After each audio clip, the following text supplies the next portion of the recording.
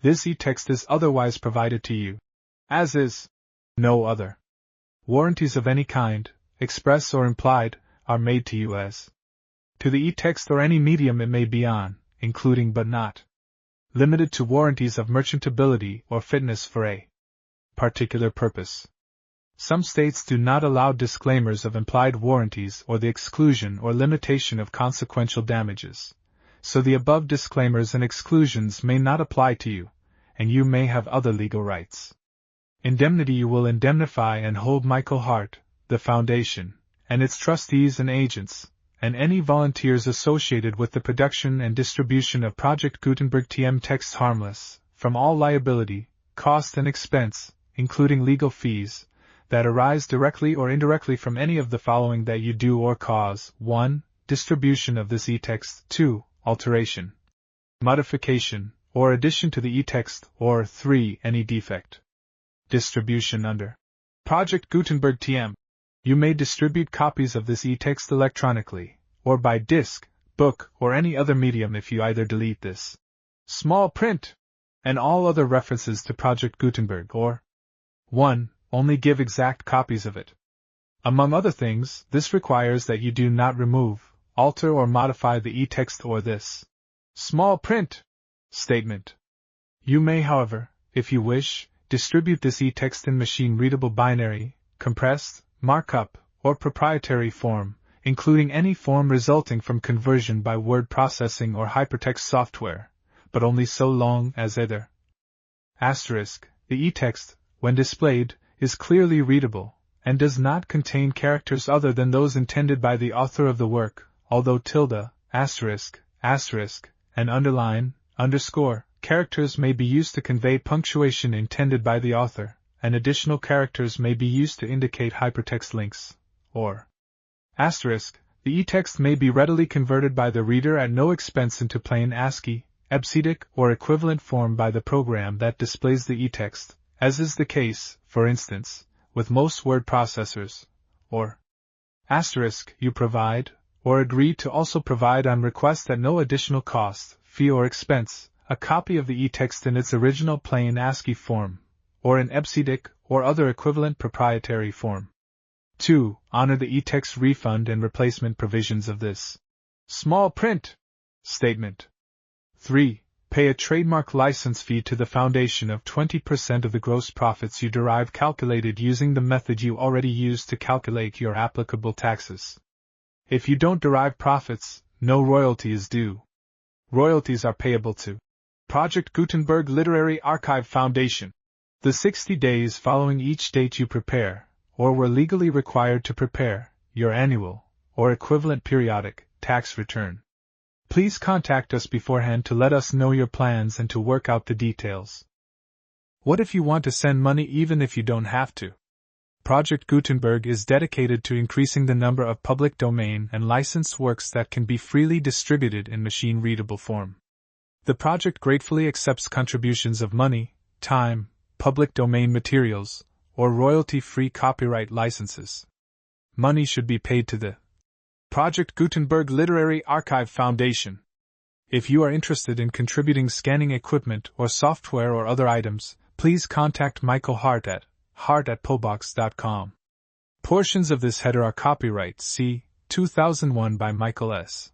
Hart and may be reprinted only when these e-texts are free of all fees. Project Gutenberg is a trademark and may not be used in any sales of Project Gutenberg e-texts or other materials, be they hardware or software or any other related product, without express permission. N. The small print. For public domain e-texts ver. 0.07/27/01 and Fridthjof Saga. By Esaias Tegnér. Note by the translators. Tegnér's poem, Fridthjof Saga, has been printed in Sweden in many large editions and in almost every possible style. It has been illustrated, and it has been set to music. It has been translated into nearly all the modern European languages. Moreover, it has been rendered into English by 18 different translators, and has been twice reprinted in America. Bayard Taylor edited an American edition of a translation by Rev. William L. Blackley of Dublin, and published it about 10 years ago. Professor R. B. Anderson has just published in his Viking Tales, a translation made by Professor George Stevens of Copenhagen, and which received the sanction of Bishop Tegnér himself. And yet we venture to add another, and present here the _first_complete_American translation. Mr. Taylor said in his preface to Blackley's version that there had never been an English Fridthjof saga which was satisfactory to Swedes. This is probably owing to the fact that the Swedes have become so familiar with its original measures and so accustomed to its peculiar rhythm, that they cannot willingly dispense with any part of the form which Tegnér gave it. Several of the meters employed by him were unknown to Swedish readers until they appeared in this poem. Tegnér's experiment of introducing them was a successful one, and they are now, in the minds of Swedes, as much a part of the work as the story itself. The feminine rhymes, occurring in 15 of the 24 cantos, are so melodious that no one who had heard the original, even if he did not understand a word of it, could be quite satisfied with a version which does not reproduce them. The feminine rhymes and the alliteration of Canto 21 have presented obstacles which no single translation has hitherto overcome. The original measures, the feminine rhymes, and the alliteration of Ringsdroppa are, in our estimation, essential features of a good rendering of the poem, and if we have done our work well, we do not fear that anyone will think there are too many translations. For a fuller history of Fridthjof's Saga than can be given in this note, we refer the reader to Anderson's Viking Tales, where the sagas on which this story is founded appear in full. The preparation of this translation has been a homework which has brightened for us the firelight of many a pleasant evening. We publish it in full faith that it will have a like happy effect in whatever home it may be read. October, 1876. Characters. Bele. Pronounced Bele, King of San in Norway. Helga, Helge, and Halfdan. His sons. Ingeborg.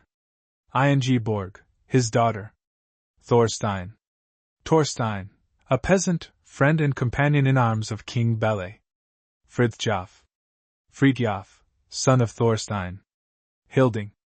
Foster father and teacher of Fridthjof and Ingeborg. Bjorn. Bjorn, a sworn foster brother of Fridthjof. Ring. King of Ringrik in Norway. Angantyr. Angantyr, ruler of the Orkney Islands. Adel. Atle, a berserk, and one of Angantyr's warriors. Scene, northern Norway and the Orkney Islands. Fridthjof's Saga. Fridthjof and Ingeborg. In Hilding's garden, green and fair, protected by his fostering care, two rare and stately plants were growing, unequaled grace and beauty showing. The one a sturdy oak tree grew, with lance-like stems so straight and true, its crown in northern tempests shaking like helmet plume in battle quaking. The other like a rose sprang forth when tardy winter leaves the north, and spring, which in the buds lies dreaming, still waits with gems to set them gleaming. Around the earth the storm king raves, the wrestling oak its anger braves, the sun dissolves frost's mantle hoary, the buds reveal their hidden glory. So they grew up in joy and glee, and Fridthjof was the young oak tree, unfolding in the vale serenely, the rose was Ingeborg the queenly. Saw you those two by light of day, you seem in Freya's house to stay, where bright pairs, golden-haired, were swinging, their way on rosy pinions winging. But seeing them by moonlight pale round dancing in the leafy vale, you'd think, the elf king now advances, and leads his queen in fairy dances. How joyful 'twas, how lovely too, when furs he learned his footwork through. No kings had e'er such honor brought them as when to Ingeborg he taught them. How joyously his boat would glide with those two o'er the dark blue tide, while he the driving sail was veering, her small white hands gave hearty cheering. No bird's nest found so high a spot, that he for her could find it not. The eagle's nest from clouds he sundered, and eggs and young he deftly plundered. However swift, there ran no brook, but o'er it Ingeborg he took. How sweet when roaring torrents frighten, to feel her soft arms round him tighten. The first spring flowers by sunshine fed, the earliest berries turning red, the first of autumn's golden treasure, he proffered her with eager pleasure. But quickly sped our childhood's days, there stands a youth whose ardent gaze with pleading and with hope is laden, and there, with budding charms, a maiden. Young Fridthjof followed off the chase, which led to many a fearful place. With neither spear nor lance defended, the wild bear's life he quickly ended. When, struggling, met they breast to breast, the hunter won, though hardly pressed, and brought the bearskin home. Such prizes, think you, a maiden e'er despises? For woman values courage rare. The brave alone deserves the fair, each one the other's grace completing, as brow and helmet fitly meeting. And when in winter evenings long, by firelight reading, in a song, of fair abodes in radiant heaven, to every god and goddess given, he thought, of gold is Ingeborg's hair, a net for rose and lily fair, like Freya's bounteous golden tresses, a wheat field which the breeze caresses. Fair Iden's beauteous bosom beats beneath the green silk's safe retreats. I know a silk whose sheen encloses light, fairies too, with buds of roses. And Frigg's mild eyes are blue and clear as heaven, when no clouds appear, but I know eyes beside whose sparkles a light, blue spring day quickly darkles. And Gerd's fair cheeks, why praise them so? The northern lights, on new fallen snow, I know of cheeks whose rosy warnings portray at once two ruddy mornings.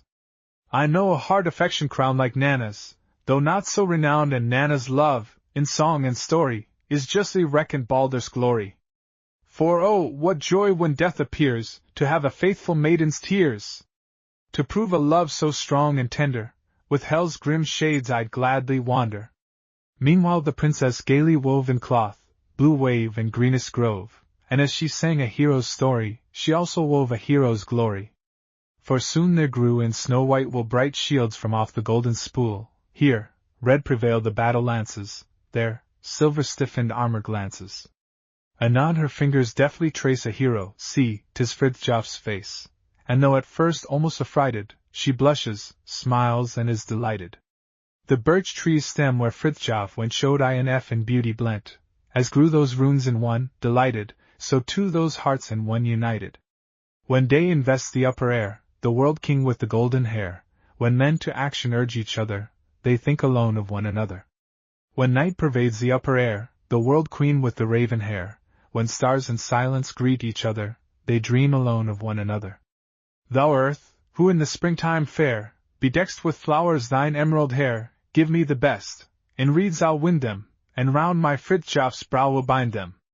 Thou sea, who makes thy dark caves bright with myriad pearls refulgent light, give me the best, I'll weave the clearest a necklace for my Ingeborg dearest. Thou ornament of Odin's throne, eye of the world, O golden sun, wert thou but mine, thy blazing splendor I'd give a shield to my defender. Thou guide in Odin's house at night, thou pale moon with thy lovely light, were thou but mine, thy pearly luster mid Ingeborg's golden hair should cluster. But Hilding said, My foster son, your reason is by love outrun. The Norns are partial in bestowing the blood that in her veins is flowing. To Odin high, where bright stars shine, ascendeth her ancestral line. No hope may son of Thorstein nourish, for like with like alone can flourish. But Fridthjof smiled. My race, he said, goes down unto the valiant dead, the forest king I slew, and merit thereby the honor kings inherit. The free-born man will never yield, he owns the world's unconquered field. For fate can bind what she has broken, and hope is crowned with kingly token. All power is noble, Thor presides in Thrudvang, where all strength abides, their worth, and not descent, is leader, the sword is e'er a valiant pleader. I'd fight the world for my sweet bride, yea, though the thunder god defied. Be glad and brave, my lily, never shall mortal dare our lives to sever. 2. King Bele and Thorstein. King Bele, sword supported, in the palace stood, and with him Thorstein, Viking's son, the peasant good. His ancient war companion, grown old in glory, his brow was scarred like runestones, his hair was hoary. They stood, as on the mountain two temples stand to honored gods devoted, now half in sand, and many words of wisdom the walls are saying, and holy recollections through domes are straying. The evening steals upon me, King Bele said. The helmet now is heavy, and stale the mead, the fate of man grows darker, but all the clearer high Valhall shines before me, as death draws nearer. My sons I here have summoned, and Thorstein's son, for they should cling together, as we have done, but I would give the eaglets some words of warning, words may in death be sleeping ere dawns the morning. Obedient to the mandate, the three advance. First, Helga, dark and gloomy, with sullen glance, he dwelt amid diviners. The hand he proffered was red with blood of victims, on altars offered. The next who came was Halfdan, a light-haired swain. His countenance was noble, but weak and vain. He gaily bore a falchion, with which he gestured, and seemed a youthful maiden, in armor vestured. And after them came Fridthjof, in mantle blue. He was stronger than the others, and taller, too. He stood between the brothers, by contrast seeming like noon twixt night and morning, in splendor beaming. Ye sons, the king said gently, my son goes down, together rule the kingdom and take the crown, for unity is power, and no endeavor, while lance with ring is circled, its stem can sever. Let power stand a sentry on every hand, and freedom bloom protected throughout the land. The sword is for protection, and not for plunder. And shields are locks for peasants no foe can sunder. How foolish is the ruler his land to oppress, for the people give the power which kings possess. The crown of leafy verdure which decks the mountain will wither if the sunshine dries up the fountain. On 4 gigantic pillars is heaven's throne, the throne of nations resteth on law alone. Destruction waits on judgment, if misdirected. By right are men ennobled and kings perfected. In Disarcel, O Helga, the high gods dwell, not pinion as the snail is within his shell. As far as daylight fleeth, or thought's swift pinion, far as resound the echoes, is God's dominion. The offered hawk gives tokens which oft deceive. Not all runes monumental can we believe, but an honest heart, O Helga, of pure endeavor, with Odin's runes is written, misleading never. Be not severe, King Helga, but firm and staid. The sword that bites the sharpest has the limberest blade. Kings are adorned by mercy, as shields by flowers, and spring can more accomplish than winter's powers. A man, however mighty, deprived of friends, like tree of bark denuded, how soon life ends! But he by friends surrounded, like trees shall flourish, whose crowns, in groves protected, the brooklets nourish. Boast not ancestral wisdom, each man alone a single bowstring uses, and that his own. What matters it to any the worth that's buried? By its own waves the current o'er seas is carried. A joyous spirit, Halfdan, advantage brings, but idle talk is needless, and most, to kings, of hops, as well as honey is mead compounded. Let sports on vigor, lances on steel, be founded. No man has too much wisdom, though learned he be, and much too little, many less learned than he. To fools, though high in station, no praise is meted. The wise high all are honored, though lowly seated. The steadfast friend, O Halfdan, of mingled blood, lives near indeed, though distant be his abode. But to thy foeman's dwelling the way is weary, though standing by thy pathway, 'tis far and dreary. For friend choose not the first one that's so disposed, an empty house stands open, a full one closed. Choose one, the best, O Halfdan, nor seek another. The world soon knows the secrets of three together. These words then Thorstein uttered in clearest tone. King Bele unto Odin goes not alone. We've always stood together, whatever tried us, and death, now drawing near, shall not divide us. Fridthjof, old age hath whispered in my rapt ear full many words of wisdom, which thou must hear. Birds fly from graves to Odin, with wisdom freighted. The words by old men spoken, should not be slighted. First, give the high gods honor, for good or ill. Storms come as well as sunshine, by heaven's will. The gods perceive the secrets in thy possession, and years must make atonement for each transgression. Obey the king, most wisely rules one alone. The eyes of night are many, day has but one. The better are contented by best directed, the blade must have a handle to be perfected. Great strength is heaven's dower, but Fridthjof, learn that power devoid of wisdom, can little earn. Strong bears by one are taken, one man of reason. Set shields to turn the sword stroke, let law stop treason. A few may fear the haughty, whom all despise, and with the proud in spirit destruction lies. Those once flew high, who are now on crutches creeping. The winds rule fortune, weather, time of reaping. The day thou rightly prize, whose sun has sunk, advice when it is followed, and ale when drunk. The hopes of youth on shadows are often rested, but strength of sword and friendship, by use are tested. Trust not the snow of springtime, nor night-old ice, the serpent when he sleepeth, nor girl's advice, the mind of changeful woman not long abideth, and fickleness of spirit, neath flower tints hideth. All men will surely perish with all they prize, but one thing know I, Fridthjof, which never dies, and that is reputation, therefore, ever the noble action strive for, the good endeavor. So warned the aged chieftains in the palace hall. As since the skald has chanted in Havamile, so pass these sayings pithy through generations, and still from graves they whisper mid northern nations. Then many words and heartfelt, these warriors found to tell their lasting friendship, so wide renown. How friends till death, if fortune or frown or slighted. Like two hands clasped together they stood united. And back to back in battle we held the field, and which way Norns did threaten, they smote his shield. Before you now to Valhall we old men hasten, and may their father's spirit our children's chasten. The king said much concerning brave Fridthjof's worth, heroic power surpassing all royal birth, and much was said by Thorstein, how graces cluster round Northland's honored monarchs, with ace lustre. But hold ye fast together, ye children three, the Northland then your conquerors shall never see, for royalty and power, when duly ordered, are like a bright shield golden, by blue steel bordered. Salute my daughter Ingeborg, the rosebud sweet, in quiet was she nurtured, as seemed meet protect her, lest the storm king, with cruel power, should fasten in his helmet my tender flower.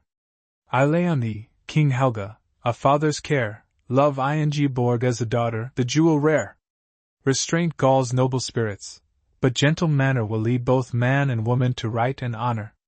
But lay us now, ye children, in two mound graves, close where the blue gulf tosses its ceaseless waves. Our souls shall then forever enjoy the ringing of dirges which in breaking the waves are singing. When the moon's pale beams the mountains and valleys fill, and midnight's dew is falling on grove and hill, then will we sit, O Thorstein, above our pillows, and talk about the future, across the billows.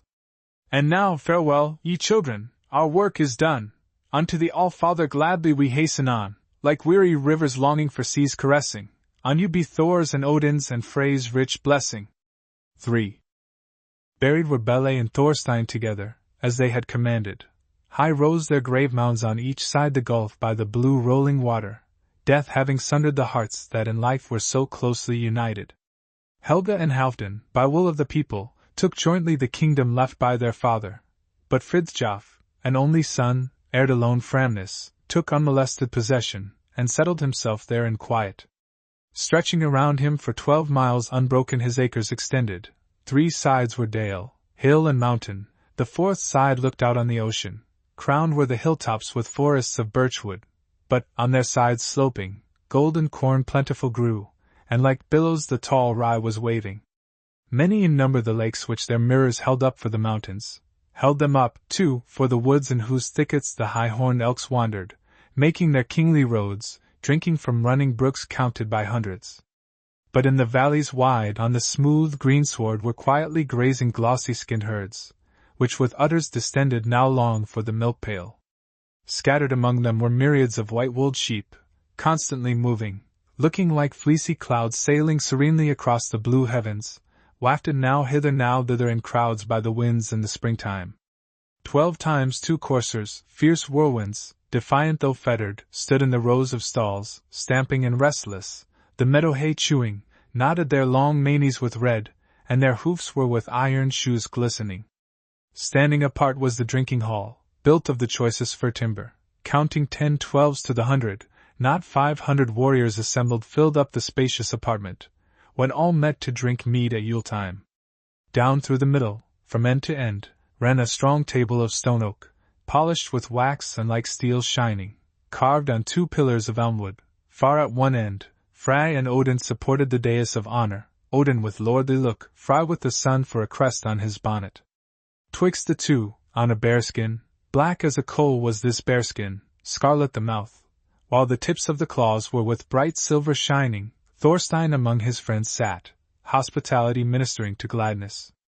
Oft when the moon in the heavens was riding, the old man related wonders of foreign lands seen by him when as a Viking he journeyed, far on the waves of the Baltic, the White, and the northern seas tossing. Mutely the company listened. Fixed were their eyes on the speaker, even as bees upon roses. The poet was thinking of Brage, Brage. Brage was silver beard flowing, and tongue clothed in wisdom the choicest, sitting neath shadowy birches, telling a story by mimers unceasingly murmuring fountain, he to a saga unending. Covered with straw was the floor, and upon a walled hearth in the center constantly burned, warm and cheerful, a fire, while down the wide chimney twinkling stars, heavenly friends, glanced upon guest and hall, quite unforbidden. Studded with nails were the walls, and upon them were hanging helmets and coats of mail closely together. Also between them here and there flashed down a sword, like a meteor shooting at evening. Brighter than helmet or sword were the sparkling shields ranged round the chamber. Bright as the time of the sun were they, clear as the moon's disk of silver. Oft as the horns needed filling, there passed round the table a maiden. Modestly blushing she cast down her eyes, her beautiful image mirrored appeared in the shields, and gladdened the heart of each warrior. Rich was the house, and the eye of the stranger, whichever way gazing, rested on cellar well filled, or on pantry or press overflowing. Jewels the rarest, trophies of conquest, gleamed in profusion, gold carved in runes with great skill, and wonderful things wrought in silver. Chief in this limitless treasure 3 things were most of all valued. First of the 3 was a sword, which from sire and from grandsire descended. Called Angervattle, or Grief-Waiter sometimes, too, brother of lightning. Far, far away in the east it was forged, so at least says the story, tempered in fire by the dwarfs. Bjorn Bluetooth the first one who bore it. Bjorn lost at once both the sword and his life in a bravely fought battle, southward in Groaning Sound, where he struggled with Weifel the powerful. Weifel's possessions descended to Viking. At Woolenacre, old and infirm, there lived a great king with a beautiful daughter. See, from the depths of the forest there cometh a giant misshapen, higher in stature than man, a monster ferocious and shaggy, boldly demanding a hand-to-hand combat, or kingdom and daughter. No one, however, accepted the challenge, for none had a weapon able his hard skull to pierce, and therefore they called him the Iron Skull. Viking, whose winters scarce 15 had numbered, nobly advancing, entered the fray, secure in his strong arm and good Angervattle. Cleft at one blow the hideous goblin, and rescued the maiden. Viking bequeathed the good weapon to Thorstein, his son, and Thorstein, to Odin ascended, bequeathed it to Fridthjof. Whenever he drew it, light filled the hall as when northern lights entered, or lightning flashed through it. Hammered of gold was the hilt, with strange letters 'twas covered. Wonderful mysteries were they in Northland, but known to the people who dwell near the gates of the sun, where our fathers lived ere they came hither. Faint were the runes when the land was in quiet throughout all its borders, but when the followers of Hild were summoned, then were they burning red as the comb of a cock when he fighteth. Lost was the warrior who met, on the field of encounter, the blade with its red letters glowing.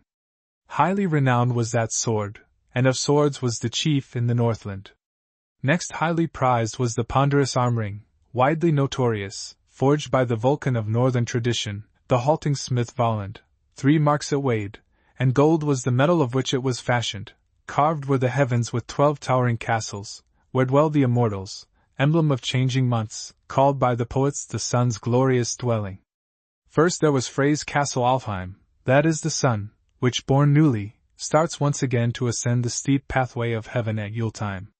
There too was Sakvabeck. Seated within it were Odin and Saga drinking together their wine from a gold shell. That shell is the ocean, colored with gold from the glow of the morning. Saga is springtime, writ on the green of the fresh springing field, with flowers for letters. Balder the kingly is pictured there, throned on the sun at midsummer, which pours from the firmament riches untold, personified goodness, for lights are the good, radiant, resplendent, but the evil are darkness. Constantly rising the sun groweth weary.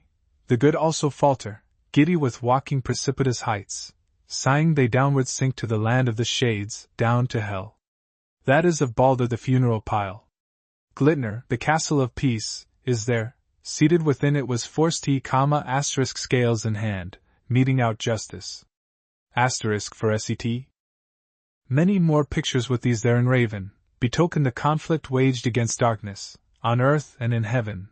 Bright were they shining, wrought by a master's hand on the broad arm ring. Clustering rubies crown its high center, e'en as in summer the sun crowns the heavens. Long was the circlet a family heirloom. On the side of the mother traced they their pedigree back to old Volland, ancestor mighty. Once, says tradition, the jewel was stolen by robber named Sodi, roaming abroad through the seas. Long was it ere 'twas recovered. Finally, so runs the story, 'twas said that the robber had buried himself with his ship, and his treasure, deep on the far coast of Britain. Pleasure or quiet he found not, a ghost was his irksome companion. Hearing the rumor, Thorstein with Bele the dragon ship mounted, dashed through the foaming waves, straight to the place of the sepulchre steering. Wide as a temple's arch, or a king's gateway, bedded in gravel, covered with grassy turf, arched to the top, the tomb rose forbidding. Light issued from it. Through a small crevice within the closed portal, peered the two champions. There the pitched Viking ship stood with its masts, its yards and its anchor. High in the stern sheets was seated a terrible figure, clad in a mantle all flaming, furious demon scouring a blade that with blood spots was covered. Vain was his labor, naught could remove them. All his rich booty round him was scattered, and on his arm was the ring he had stolen. Go we, said Bele, down thither and fight with the hideous goblin, two gainst the spirit of fire. But Thorstein half angrily answered, one against one is the rule of our fathers. I fight well singly. Long they contended which first of the two the encounter should venture, proving the perilous journey. Bele at last took his helmet, shaking two lots therein. Watched by the stars Thorstein saw by their shimmer his was the lot first appearing.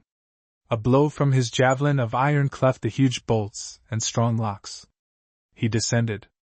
Did any one question what was revealed in the cavern, then was he silent and shuddered. Bele at first heard strange music.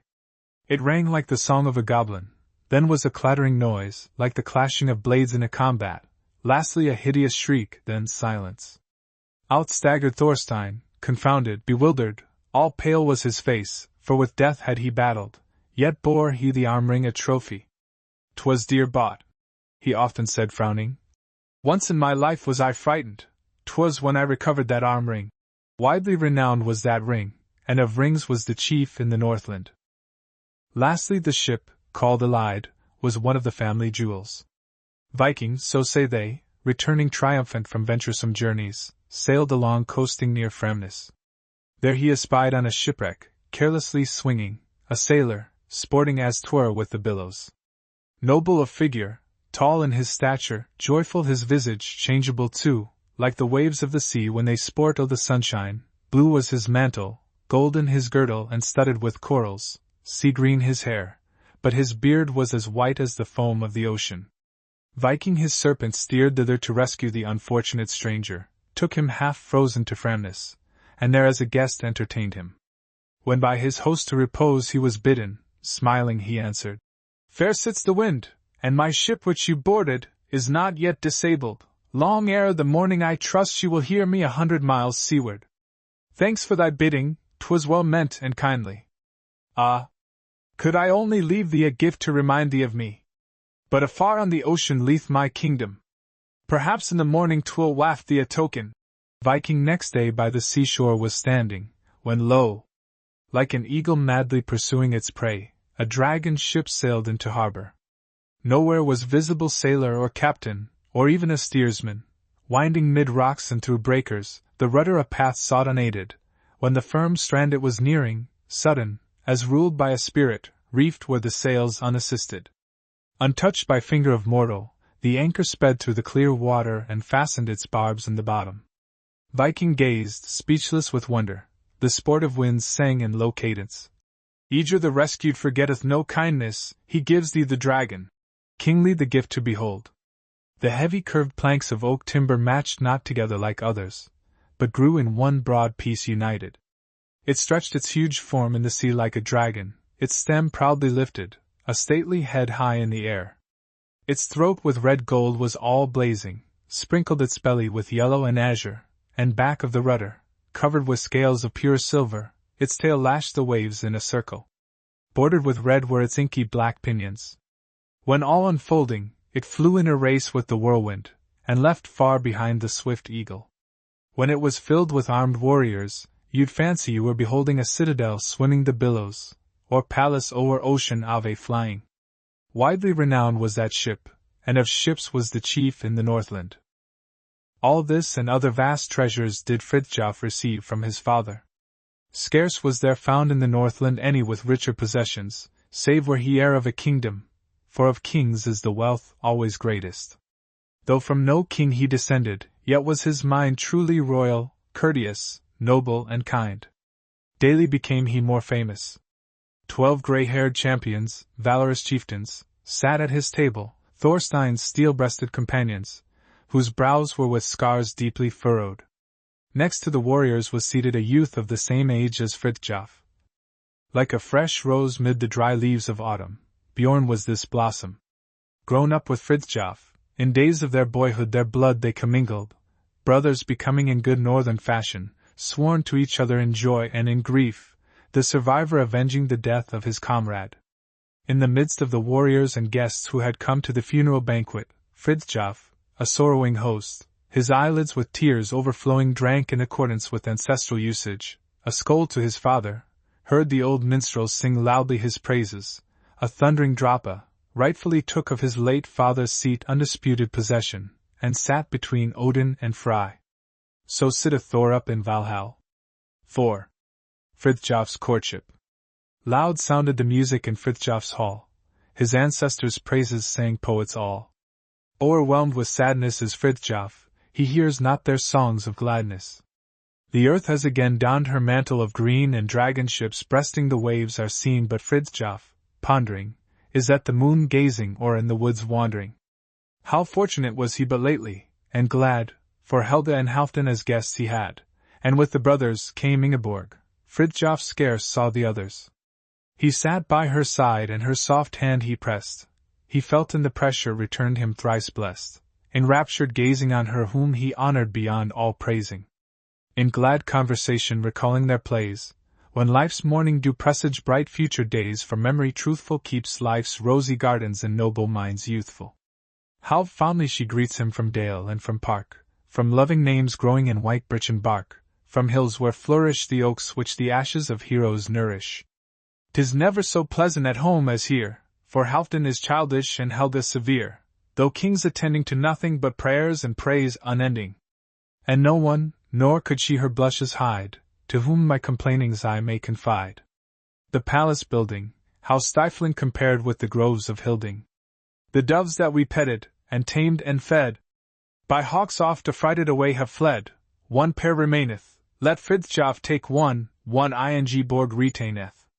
She'll long like another her friend to see, and homeward returning will fly to me, your message, bind it beneath her flea pinion, there none will find it. All day they sat whispering side by side, nor ceased the low murmur at eventide, so breathe in whispers the zephyrs through lindens at twilight vespers. But now she has gone, and his joy forsooth has gone with the maiden. The blood of youth his cheek is mounting, he silently sighs while the past recounting. His grief at her absence he sent by the dove, which joyous set out with its message of love. But oh! New sorrow, it stayed with its mate, nor returned on the morrow. His conduct to Bjorn was displeasing, said he. What ails our young eagle? He seems to be like some shy sparrow. Has his breast or his pinion been pierced by an arrow? What wilt thou, Fridthjof? We have for need the yellow bacon, and the good, brown mead, and poets singing, their jubilant music forever ringing. The steeds impatiently stamp in the stalls, to the chase! To the chase! The falcon calls, but Fridthjof retaineth his gloom. He hunteth in clouds and complaineth. Elide is restless upon the main, she frets and she chafes at her cable chain. Lie still, my treasure. Our Fridthjof is peaceable. Strife is no pleasure. Who dies on his pallet, is dead indeed. By the lance, as did Odin, will die if need, and thus ensure us a welcome to hell, and heaven secure us. Then Fridthjof unloosed the dragon, and proud, with full swelling canvas, the waves she ploughed, and swiftly over the bay to the palace she bore the lover. The kings were at Bele's grave met that day, to administer justice and counsel weigh. Fridthjof advances, his voice sounds afar like clashing lances. Ye kings, lovely Ingeborg, the people's pride, I choose, from all women, to be my bride. The king intended our lives thus united in one should be blended. He reared us together in Hilding's sight, as two forest saplings whose tops unite. A golden cover of lace bindeth Freya the green tops over. My sire was a peasant, no earl nor king, yet his memory will live while the poets sing. In runic story the grave mounds are telling my ancestors' glory. I could easily win me a crown and land, but choose to remain on my native strand, in battle wielding my sword for the king, and the peasant shielding. On King Belé's grave we are standing now, he hears every word in the grave below, with me he pleadeth, a dead father's counsel a wise son heedeth. Then Helga uprose, and replied with scorn, Our sister was not for a peasant born, to kings 'tis given to strive for our Ingeborg, daughter of heaven. You boastfully call yourself chief of swords, win men by violence, women beavy words. Boast not of slaughter, for arrogance winneth not Odin's daughter. My kingdom doth not seek protection from thee, I shield it myself. My man wouldst thou be, a situation among my domestics befits thy station. Thy servant? No, never, was Fridthjof's reply. My father had never a master, shall I? From thy silver dwelling now fly, Andrevadel, the insult repelling. In sunshine now glitters the blue steel blade, displaying its letters in flaming red. My good sword loyal, thy lineage at least, said Fridthjof, is royal. And were it not now for the high grave's renown, right here would I hew thee, swore the king, down, yet will I teach thee to come not again where my sword can reach thee. So saying, be severed at one fell blow the gold shield of Helga which hung on a bough. It fell asunder, its clang on the grave mound was echoed under. Well done, Andrevadel. Lie still and dream of high achievements, meanwhile the gleam of rune fires paling. And now we'll go home o'er the blue waters sailing. V. King Ring. King Ring moved his gold stool back. Then uprose champion and dreamer, for where in the north does such goodness repose? His word o'erflows with the wisdom which dwells in God Mimer. Like the groves of the peaceful gods was his land, war's sable pinion cast not a shadow where on every hand flowers expand through the length of his quiet dominion. Here justice alone on the judgment seat with right presided, and peace every year paid its tribute meet, while golden wheat with plenty the harvest provided. And swarthy proud ships to this favored shore, with snowy pinions the products of numberless nations bore, a varied store of riches for fortune's rich minions. Here freedom and peace did in concord dwell, kindly united, and all loved their father, the king, full well, for each might tell his mind in the thing, asterisk none were slighted. Asterisk see glossary. Supreme in the Northland through 30 years his reign extended, contented each went to his daily cares, at evening prayers the king's name and blessings ascended. King Ring moved his gold stool back. From the board all there assembled arose to attend on the royal word, renowned where heard, but he sighed, and in accents that trembled, he said, My lost queen is in Folkvang Hall on purple seated, but here on her grave is a grassy pall, while breathe o'er all the flowers with sweet odor freighted. So queenly, so honored, so good and so fair, there's not another. Immortal she dwelleth in Valhall's care, but the people's prayer, the children's desire, is a mother. King Belé oft sat as a guest at my side when winter ended. The daughter he left I would choose for my bride, her father's pride, in whose cheeks rose and lily are blended. I know she is young, and in youth sublime. Would gather flowers. My flower is past and my early prime, my locks has time besprinkled with snowy showers. Oh, could she but honor the withered tree which age has blighted, and could she a friend to the motherless be, then should you see to the throne's spring by autumn invited.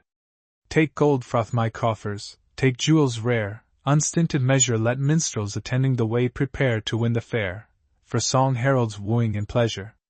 With gold and petitions, a noisy throng, the young men speeded, and minstrels and skalds, in procession long, with hero song to the sons of King Belé proceeded.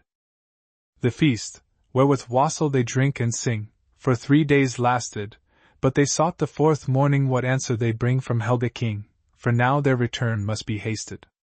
In the grove Helga offered both bird and beast, a sacred duty, asked counsel of Vala, consulted the priest what answer was best for the queen of affection and beauty. The offerings and Vala and priest denied the wish for token, and Helga, affrighted by signs he'd tried, with "No," replied, for men must obey when the gods have spoken. But merry King Halfdan laughed gaily and said, "The feast is ended, King Greybeard himself should have come instead, I'd glad have led his beast, and his mounting attended." Indignant the embassy went away, nor longer tarried. King Greybeard his honor avenged one day, is ring heard to say, when to him the curt message is carried. He strikes his bright shield hanging high on a bough, his weapon seizes, and many a dragon is hurrying now, with blood-red prow, and helmet plumes wave in the breezes. The tidings flew swiftly to Helga King, who answered slowly, "The strife will be bloody, for mighty is Ring, my sister bring to the temple of Balder, the holy. There sitteth the loving one, full of woes, though safe abiding, she weeps, while with silk and with God she sews a tear overflows, the dew mid the lilies is hiding." 6. Fridthjof plays chess. Bjorn and Fridthjof chess were playing on a board, whose squares displaying gold and silver deftly fitted, skill and beauty both combined. Then stepped Hilding in. "Come nigher," Fridthjof said, "and sit thee higher till our game shall be completed, foster father kind." Hilding answered, "From the palace I am come to you for solace. Evil are the times at present, you are all the people's hope." Fridthjof said, "The foe encroaches, danger Bjorn, your king approaches, you can save him by a peasant dot, he is nothing, give him up." Fridthjof, anger kings no longer, lo, the eagle's young grows stronger, Ring may thwart their weak endeavor, thou wilt surely find it hard. Bjorn, I see you storm the tower. And in vain your threatening power gains the castle is, it ever safety seeks behind its guard. Borg sits in Balder's dwelling, grief her constant tears compelling, she should make thee seize thy armor she with tearful eyes of blue. Vain you strive my queen to capture, dear from childhood's days of rapture. Best of all, there's naught shall harm her come what may, to her I'm true. Fridthjof, art thou still unheeding all thy foster-father's pleading? For thy foolish game art ready I should go without a word? Fridthjof then arises, laying Hilding's hand in his, and saying, "My resolve is firm and steady, and my answer you have heard. Go to Bele's sons and warn them, peasants love not those who scorn them. To their power I bid defiance, their behests will not obey. In thy chosen way abide thee, for thy wrath I cannot chide thee, Odin must be our reliance." Hilding said, and went his way. 7. Fridthjof's happiness. King Bele's sons may go requesting from dale to dale the peasant's aid, in Balder's grove my world is resting, for them I will not draw my blade. Then on king's vengeance or earth's sadness, I will no longer look or think, but only will the high god's gladness, from out one cup with Borg drink. While yet the hazy sunshine sendeth its purple rays on flowers at rest, like rosy gossamer which lendeth an added charm to Borg's breast, with sighs along the strand I wander, my soul with longing all aflame, upon the sand I gaze and ponder, and with my sword write Borg's name. How slowly go the lonesome hours! Thou Delling's son, why stayest thou? Hast thou not seen our mountain bowers, our lakes and islands until now? Dwells there in western halls no maiden who waits since morn first kissed the sea, upon thy breast her joys to unladen, whose whole of life is love and thee? At last thy footsteps grow uncertain, thy weary journey thou must close, now evening draws the rosy curtain, behind whose folds the gods repose. The brooks and breezes to each other in softest whispers love express. Oh, welcome night, of gods the mother, with pearls upon thy wedding dress. The stars are gliding like a lover on tiptoe to a maiden true. Alive! Fly the deep gulf over, roll on, ye billows blue. Yon sacred grove a temple hideth, good Balder's temple, doubly dear, for their love's goddess safe abideth, unto the gods our course we steer.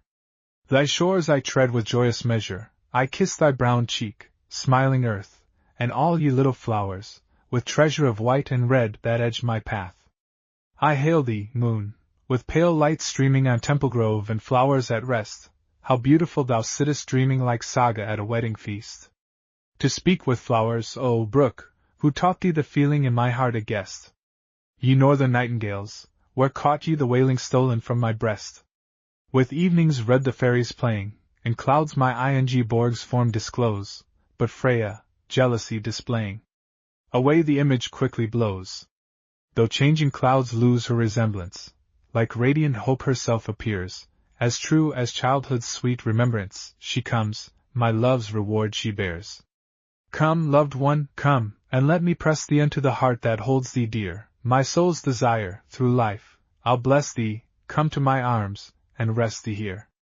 Frail as the lily stem so slender, yet like spring roses fresh and fair, as Freya's troth plight, warm and tender, thou as the will of gods art pure. Kiss me, and let my burning passion kindle thy soul to perfect bliss, of earth and heaven I lose the vision, enraptured by thy melting kiss. Fear not, for here can come no stranger, without stands Bjorn. His sword in hand, his champions guarding us from danger, if need be, can the world withstand. And I, if fighting for my treasure, whose form I on my bosom bear, to Valhall now would go with pleasure, couldst then be my Valkyrie there. And why fear Baldur's fierce resentment, the pious god to whom we pray? He looks on us with calm contentment, for, loving, we his law obey. The god whose brow with sunshine beameth, with whom all truth abideth sure, his love unto his Nana seemeth like mine to thee, so warm, so pure. There stands his image, not indignant, but mild and soft as sunset ray. Upon this shrine of God benignant, my heart a sacrifice I lay. Together let us kneel before him. No better offering can be found than two fond hearts which both adore him, with love like his together bound. Scorn not my love, my blossom cherished, which more to heaven than earth belongs. In heaven itself that love was nourished, and for that glorious home it longs. Oh, that my weary soul releasing, the gods would take me up above, triumphantly, with joy unceasing, I'd go, embraced by my dear love. When bugle notes the champions rally, from out the silver gates they ride, but I alone join not the sally, I linger gladly by thy side.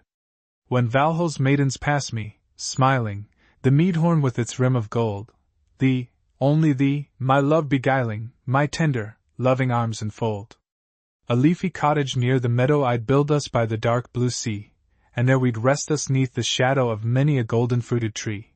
And when bright Valhall's sun each morning, with his clear torch and splendor rose, we'd hasten to the gods returning, yet longing for our home's repose. Thy golden locks, with sunshine flushing, wreathed with a starry crown should be, so my pale lily, rosy blushing, in Vingolf Hall should dance with me.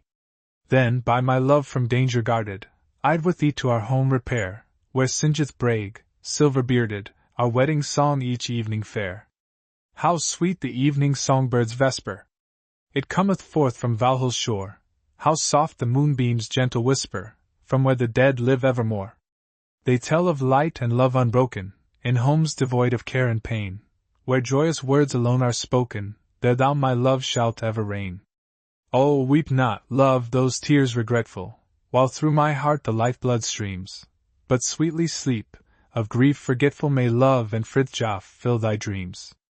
Oh, when thine arms thou foldest round me, when thy dear eyes but look on me, how quickly breaks the spell that bound me, how turn my thoughts from heaven to thee.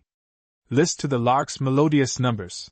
Nay, 'tis a dove his love song sings, the lark on yonder hillock slumbers, beside his mate with folded wings. How happy they, always together, as free their life as wings that bear through cheerless storm or sunny weather, above the clouds, that happy pair. See, daybreak comes. Nay, but ascended from some far beacon is the light. Our happy talk is not yet ended, nor yet so soon the lovely night. Bright morning stat sleep till tomorrow, and when night cometh, slumber still, your waking brings to Fridthjof sorrow, so sleep till doomsday, if you will. Vain hope! No longer earth reposes, the morning breeze new pleasure seeks, already bud the eastern roses, as fresh as those on Borg's checks.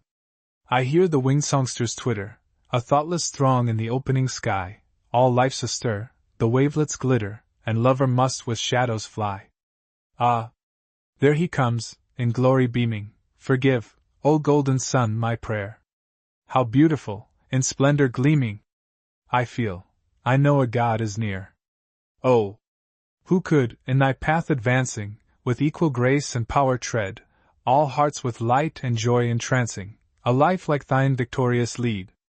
Here, 'neath thy watchful eye I leave her, my peerless beauty of the north. Let not the rough world's troubles grieve her, thy likeness on the green-clad earth. Her soul is pure as rays of morning, her eyes as blue as thine own sky. The same rich tints thy crown adorning among her golden tresses lie. Farewell, my love, be not forgetful, some longer night again we'll meet. I, lingering, kiss thy brow, regretful, one kiss I give thy lips so sweet. Sleep now, beloved, in thy slumber, may dreams of me thy bosom swell, at midday wake, and with me number each absent hour. Farewell, farewell. 8. The Parting. Ingeborg. The day breaks clear, and Fridthjof cometh not, though yesterday the council was proclaimed at Belé's grave. The place was rightly chosen, his daughter's fate should be determined there. How many supplications hath it cost me, how many tears by Freya counted o'er, to melt the ice of hate around Fridthjof's heart, and gain a promise from his haughty lips to give his hand in reconciliation. Alas! How hard is man! And for his honor, so calleth he his pride, he counts it not, or lightly counts it, if he rudely break, of true and faithful hearts one more or less. But wretched woman, leaning on his breast, is like the moss growth blooming on the cliff, with faded tints, it difficultly holds itself unnoticed fast unto the rock, is only nourished by the dews of night. But yesterday, indeed, my fate was fixed, and now the evening sun hath set upon it, still Fridthjof cometh not. The pallid stars die one by one, and sadly disappear, and with each one of them a hope is quenched and goes from out my heart unto its grave. Ah! Wherefore still to hope? Valhall's gods no longer love me, I've offended them. And Balder, 'neath whose shelter I reside, is wroth with me, because a human love is too unholy for the sight of gods, and earthly joy must never risk itself beneath the temple arch in which the grave, the haughty powers have fixed their dwelling place.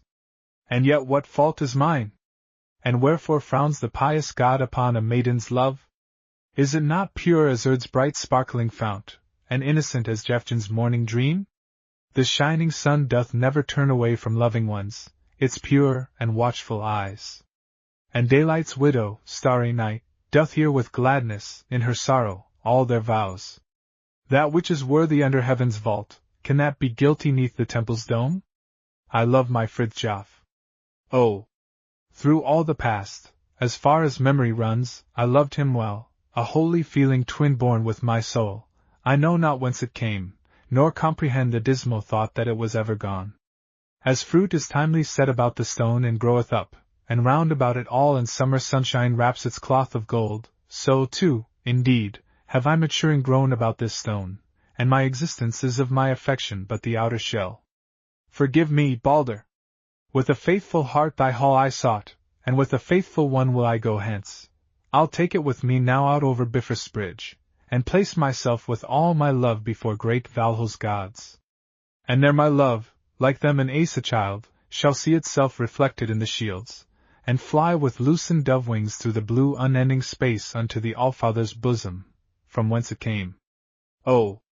Wherefore is the frown, in morning's twilight, on thy brow so fair? There floweth in my veins, as flows in thine, old Odin's blood. What wilt thou, kinsman dear?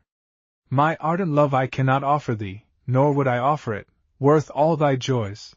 But I can offer thee my life's delight, can cast it from me as the stately queen her mantle flings aside, and still remains her queenly self.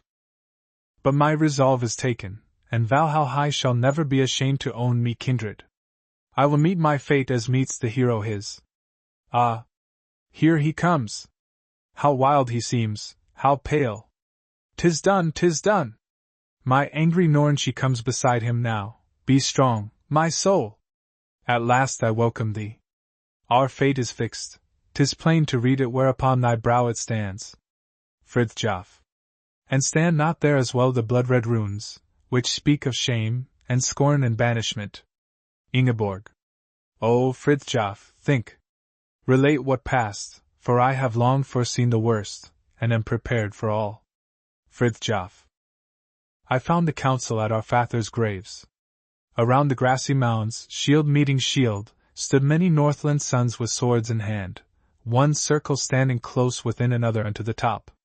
Upon the judgment seat, a thunder cloud, thy brother Helga sat, a pallid headsman with a dusky look. And next to him, a seeming grown-up child, sat Halfdan, thoughtless, playing with his sword. Then I arose and said, War waiting stands within thy borders, beating on the shield, thy kingdom now, King Helga, is in peril. Give me my sister, and I'll give to thee mine arm, it may be useful in this strife. Between us let ill will forgotten be, I would not cherish it gainst Ingeborg's brother. To reason listen, king, and save at once thy golden crown, thy purest sister's heart. Here is my hand. By Asa Thor I swear, I'll never offer it again to thee. An uproar shook the thing. 1,000 swords approval hammered on 1,000 shields. The clang of weapons flew to heaven, which heard with joy the assent of freemen to the right. To him give Ingeborg, the slender lily, most beautiful our dales have ever grown, no better sword our favored land can boast, to him give Ingeborg. Our foster father, the Reverend Hilding, with his silver beard, stood forth and spoke in words of wisdom full, short apothegms, as keen as sharpened swords. And Halfdan, too, from off of royal seat arose, with pleading words and pleading looks, but it was all in vain. Each prayer was wasted, like sunshine lavished on a barren rock, no growth alluring from his stony heart. King Helga's sullen countenance was like his heart, a pale-faced, no, to human prayers. A peasant's son, said he, contemptuously. Could Ingeborg gain, but who profanes the temple ill-suited seems to holy Valhall's daughter. Hast thou not, Fridthjof, broken Baldur's peace? Hast thou not seen my sister in his temple when day had hid itself from your communion? Say yes or no! A deafening shout resounded from all those rings of men. Say no, we take thee at thy word, we sue for thee, thou son of Thorstein, equal to a king. Say no, and Ingeborg is thine. My life's delight hangs on a feeble word, said I. But fear it not, King Helga. I would not lie myself to Valhall's joy, much less to earth's. Thy sister I have seen, have talked with her beneath the temple's night, but Baldur's peace I have not therefore broken. They let me say no more. Abhorrent cries flew through the thing, and those who nearest stood drew back as from a pestilent disease, and when I looked around, their superstition had palsied every tongue, and blanched each cheek so lately glowing with expectant joy. And then King Helga triumphed. With a voice as sad, as awful as the ghostly Vala's and Vegdam's song, when she for Odin sung of Oza's fate and grim Hel's victory, so sad he spoke. Though banishment or death I could decree, by our ancestral laws against this crime, yet I'll be mild as Baldur, whose sacred dwelling thou hast so profaned. The western sea a wreath of islands holds, where Angantyr, the Earl, is governor. As long as Bele lived the Earl each year his tribute paid, but ceased when Bele died. Go o'er the sea and drive this tribute in, this penance thy audacity demands. 'Tis said, sneered he, with meanest mockery, that Angantyr hard-fisted is, and broods like dragon Fafnir o'er his gold, but who can stand gainst our new Sigurd, Fafnir's bane? Exploits more manly must thou undertake than luring maidens under Baldur's roof. When summer comes shall we expect you here with all thy honor, first of all the tribute. If not, thou art to every man a felon, and during life art outlawed through the land. His judgment rendered, he dissolved the thing. Ingeborg. And your decision? Fridthjof. Have I aught to choose? Is not mine honor bound by his decree? And that will I redeem though Angantyr his paltry gold doth hide in Nastrand's flood. Today will I depart. Ingeborg. And Ingeborg leave? Fridthjof. Nay, I leave thee not, thou goest too. Ingeborg. Impossible. Fridthjof. Oh. Hear me, ere thou answerest. Thy crafty brother seemeth to forget, that Angantyr was my dear father's friend, as well as Bele's. Perhaps he'll give without constraint what I demand, if not a worthy advocate, a sharp one too, have I. 'Tis always ready at my side. The gold he covets I'll to Helga send, and thus will I from sacrificial knife of this crowned hypocrite redeem us both. But we, my beauteous Ingeborg, will spread o'er seas unknown Elide's willing sail, she'll kindly bear us to a friendlier strand where exiled love may safe asylum find. What is the North to me? And what a race, which pales at every word of priest or king, whose shameless hands would pluck the living rose from out the sanctuary of my heart. So, Freya help, it shall not prosper them. The wretched slave is bound unto the turf where he was born, but I will still be free, free as the mountain winds. A little earth from Belé's grave and from my father's taken, can find a place, upon our ship, and that is all of fatherland that we can need. My loved one, there another sun is found than that which pales above these hills of snow, and there another sky, more bright than this, and milder stars with godlike glance adorned, look down therefrom in balmy summer nights on lovers wandering in the laurel groves. My father, Thorstein, Viking's son, in wars had journeyed far, and oft I've heard him tell, by fireside light in winter evenings long, about the Grecian sea with islands filled, fresh groves of green and brightly shining waves. A powerful race once had its dwelling there, and holy gods the marble temples graced.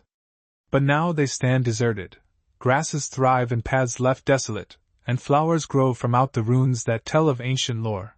The slender columns stand like budding trees entwined by graceful stems of southern vines. Throughout the year the earth spontaneous yields, in unsown harvests, all that men require.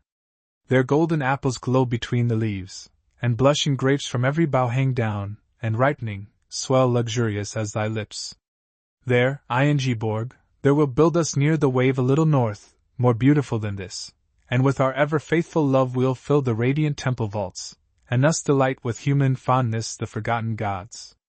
And when, with loosened sheets, no storms are there, the sailor idly floats along our isle in twilight's glow, and turns his joyous glance from rosy-colored ripples to the strand, upon the temple's threshold shall he see a second Freya, Aphrodite called in southern tongue, and he shall wonder at the golden locks, seen flowing in the breeze, and eyes which brighter gleam than southern skies. And one by one around her groweth up a little temple-dwelling race of fairies, with cheeks where yon might see the south had set, in northern snowdrifts, freshly blooming roses. Ah! Ingeborg, how beautiful, how near, stands earthly happiness to faithful hearts, if they are brave enough to seize it when disposed. It follows willingly and builds for them a Vingolf even here beneath the clouds. Oh come, let's haste away, each spoken word a moment shorter makes our waiting joy. Come, all's prepared. Elide stretches now her shadowy eagle wings for eager flight, and freshly blowing winds now guide the way henceforth from this inconstant land forever. Why tarriest thou, Ingeborg? I cannot follow thee. Fridthjof. Not follow me? Ingeborg. Ah! Fridthjof, thou art blessed.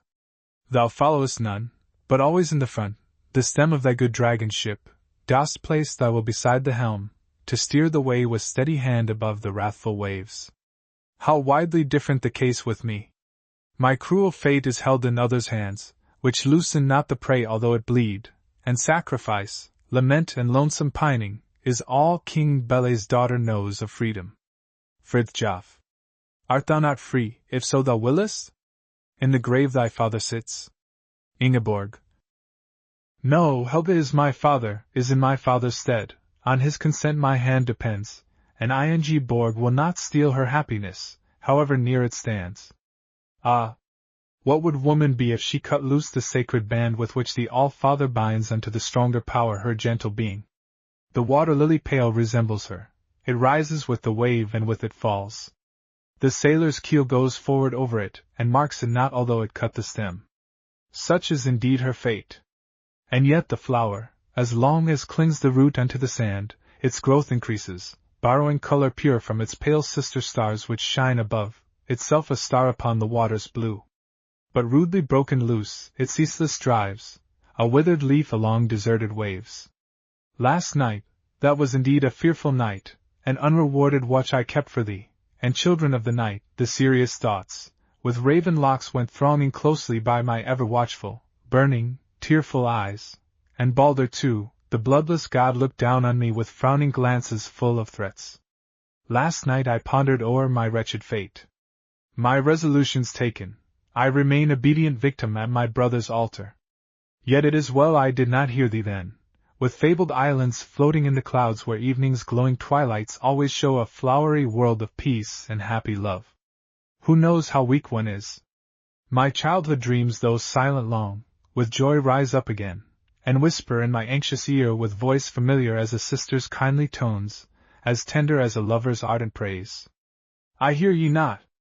Ah, no, I hear ye not, alluring accents once so fondly loved.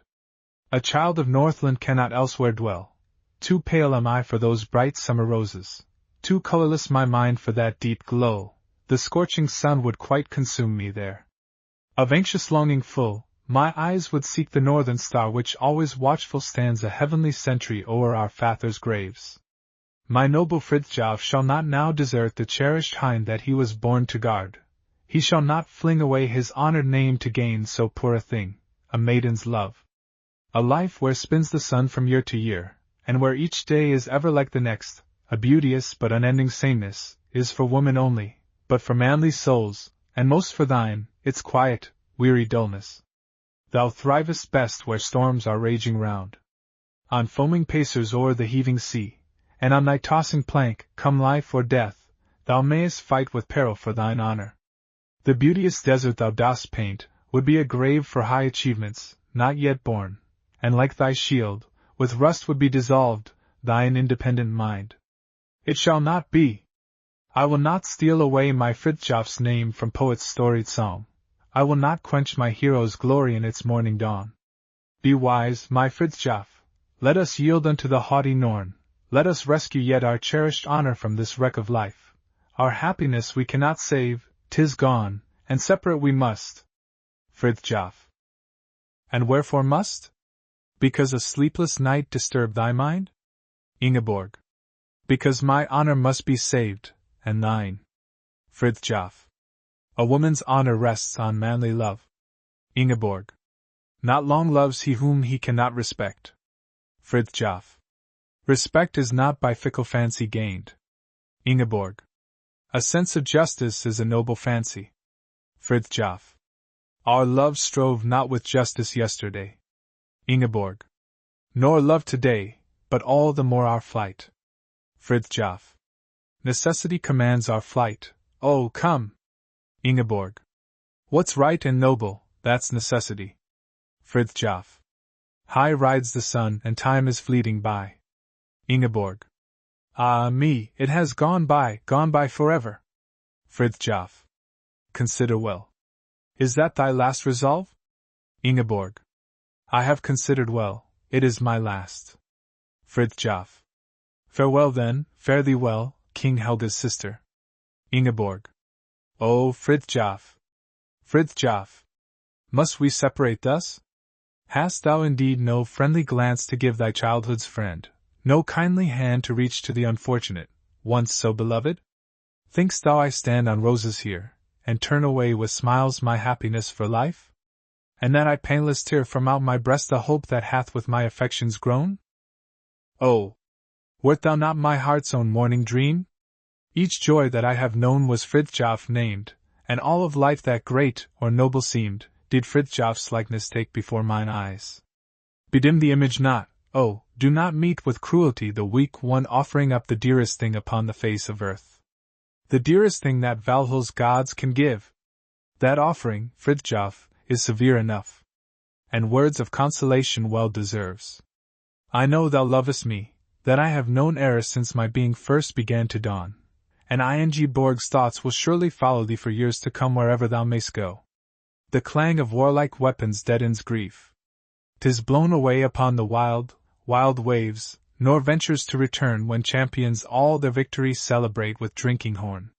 Yet sometimes, then, when in the peace of night, thy thoughts review again forgotten days, there will among them glide an image pale, thou knowest well, it fondly greeteth thee from regions dear. It is the image of that virgin pale in Baldur's holy grove. Thou must not drive it thence away, although it looketh sorrowful, but whisper kind into its ear a friendly word. The winds of night on faithful wings will bear it me. One comfort yet, I have none else beside. For me there's naught to dissipate my grief. In all surrounding me it hath a tongue. The holy temple vaults speak but of thee, the temple's God, which should all threatening seem, thy likeness takes when shines the streaming moon. Behold the sea, there swam thy keel through foam to her who on the strand awaited thee. Behold the woods, there stand so many stems with ing Borg's runes engraven in the bark. Now grows the bark and wears away my name, and that betokens death, the sagas say. I asked the day when last it saw thy form, I asked the night, but both are silent still, and e'en the sea which bears thee, gives reply but with a solemn sigh along the shore.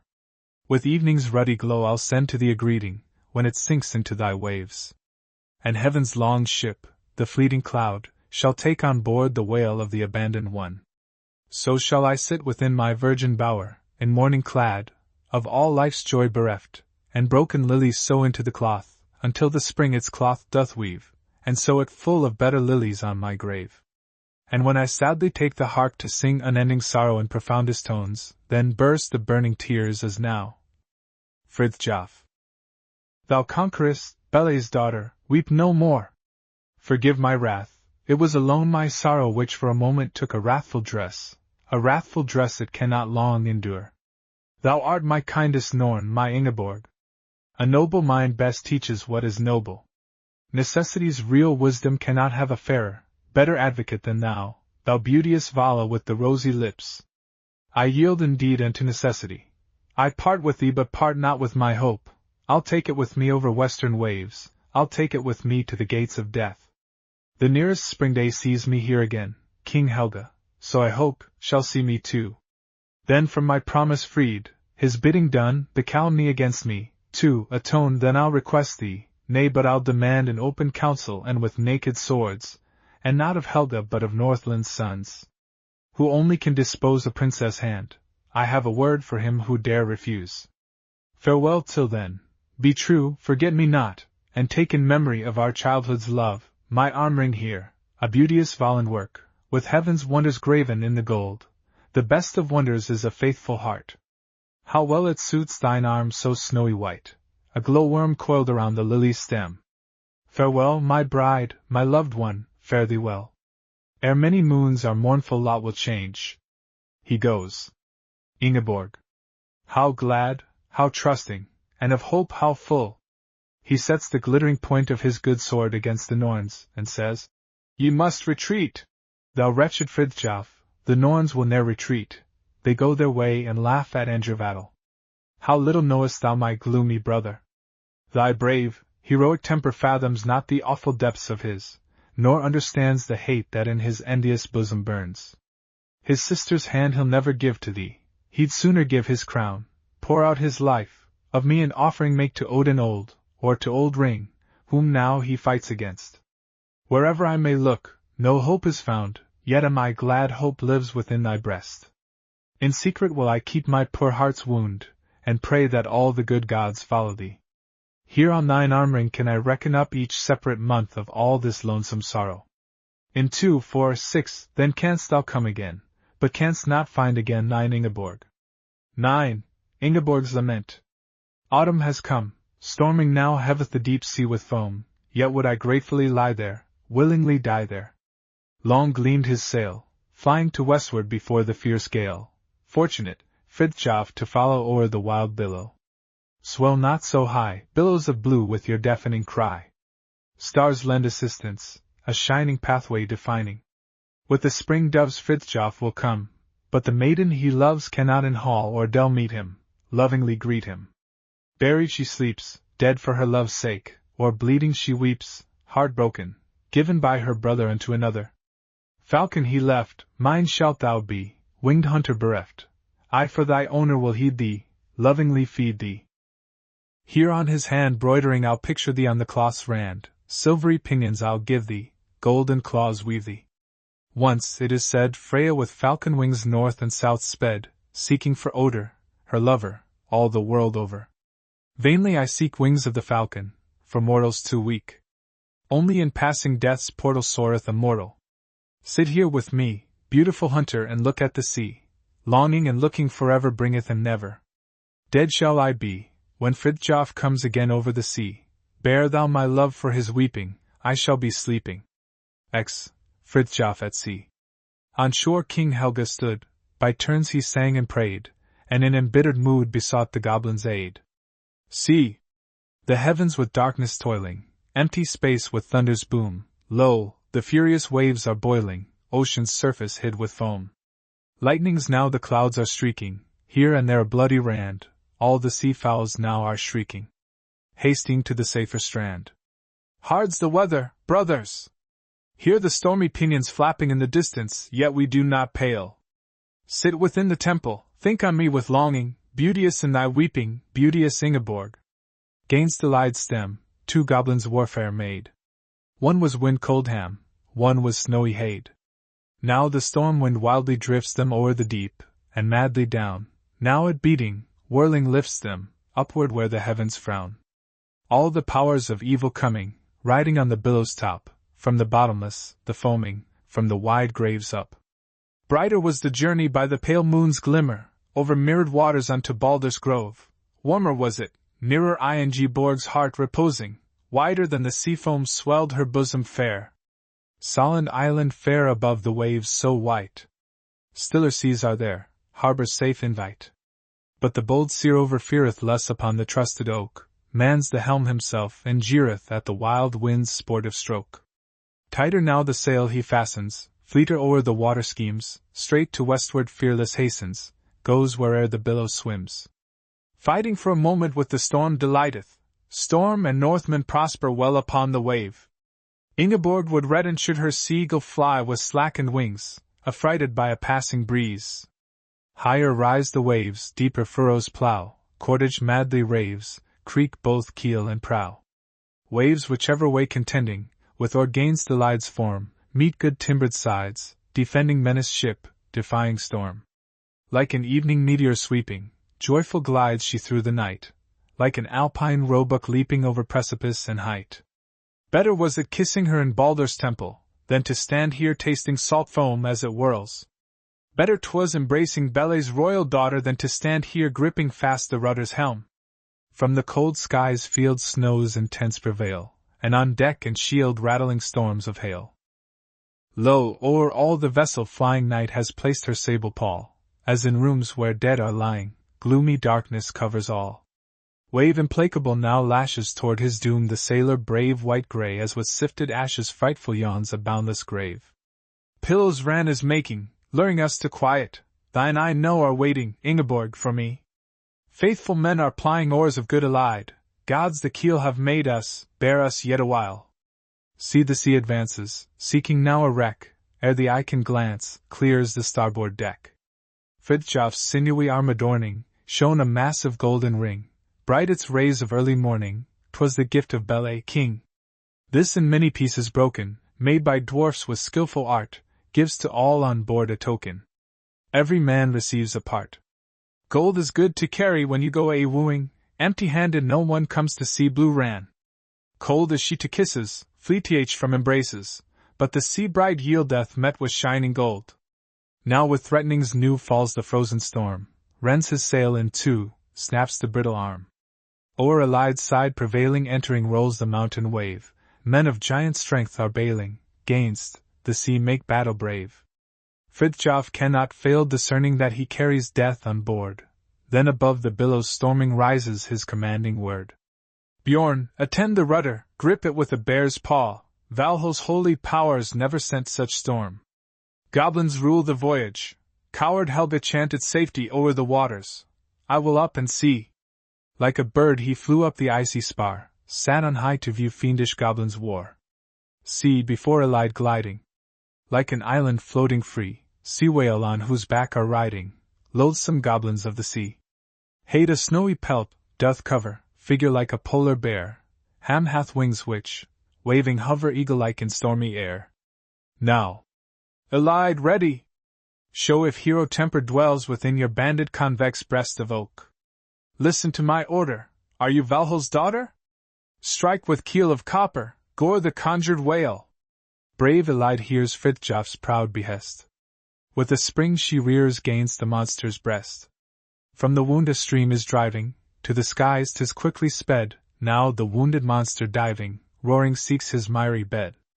Fridthjof's giant strength then casteth lances at the goblins bold, one in Icebear's bosom fasteneth, one storm eagle's breast doth hold. Bravely done, Elide! Not so quickly riseth Helga's magic dragon up from out the mire. Ham and Hade no longer rule the sea together, bitter is it biting gainst the dark blue steel. Quickly disappears storm from sea and land, gentle wavelet steers toward the nearing strand.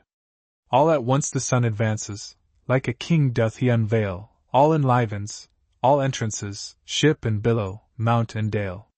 Last rays, gleaming now like amber, tops of cliff and forest bound, now each sailor well remembers the emerald shores of Eft Sound. Ingeborg, pale maiden, prayers sent unto Valhall, lily-white she bowed her knees on sacred gold. Light blue eyes and weeping, breast of swan's down, sighing, moved the hearts of Ozus, let us give them thanks. Now Elide leaks, faithful dragon ship, shallow water seeks dot, wearied of the trip. Still more tired by labor dreary, Fridthjof's men desire the land, but enfeebled, faint and weary, sword supported, scarce can stand Bjorn, on powerful shoulders, beareth 4 of them and safely lands. Fridthjof, too, the labor shareth, 8 sets round the burning brands. Do not bhtsh, pale heroes. Waves are sturdy Vikings. Hard indeed is fighting gainst the ocean's bride. See, there comes the mead horn, gold the feet that bear it. Warm your frozen members, scold to Ingeborg. 11. Fridthjof with Angantyr. 'Tis now to tell the story how in his firwood hall sat Angantyr, the hoary, and drank with champions all. He, joyous and light-hearted, looked out to where the sun behind the waves departed, just like a golden swan. Outside the hall's commotion old Halvard watched, indeed not only watched the ocean, but also watched his mead. His custom, seldom broken, was, quick the horn to drain, and ere a word was spoken, to thrust it in again. But now he threw it, striding. Into the hall he spake. I see the billows riding a ship, whose timbers shake. I see some sailors dying already on the strand, and 2 strong giants, trying to bring the rest to land. O'er waves no longer foaming, the noble earl looked out. That is Elide coming, and Fridthjof too, no doubt. His step, so firm and steady, bespeaks him Thorstein's son. Such brow, and smiles so ready, in Northland there is none. Then Viking Adelsturdy sprang up at one swift bound, black-bearded berserk, bloody, and fiercely looked around. Now I will prove, he thunders, what rumor means by this, that all blades Fridthjof sunders, and never sues for peace. And with the doughty Viking, his 12 best champions start, and in the air sharp striking, they brandish sword and dart.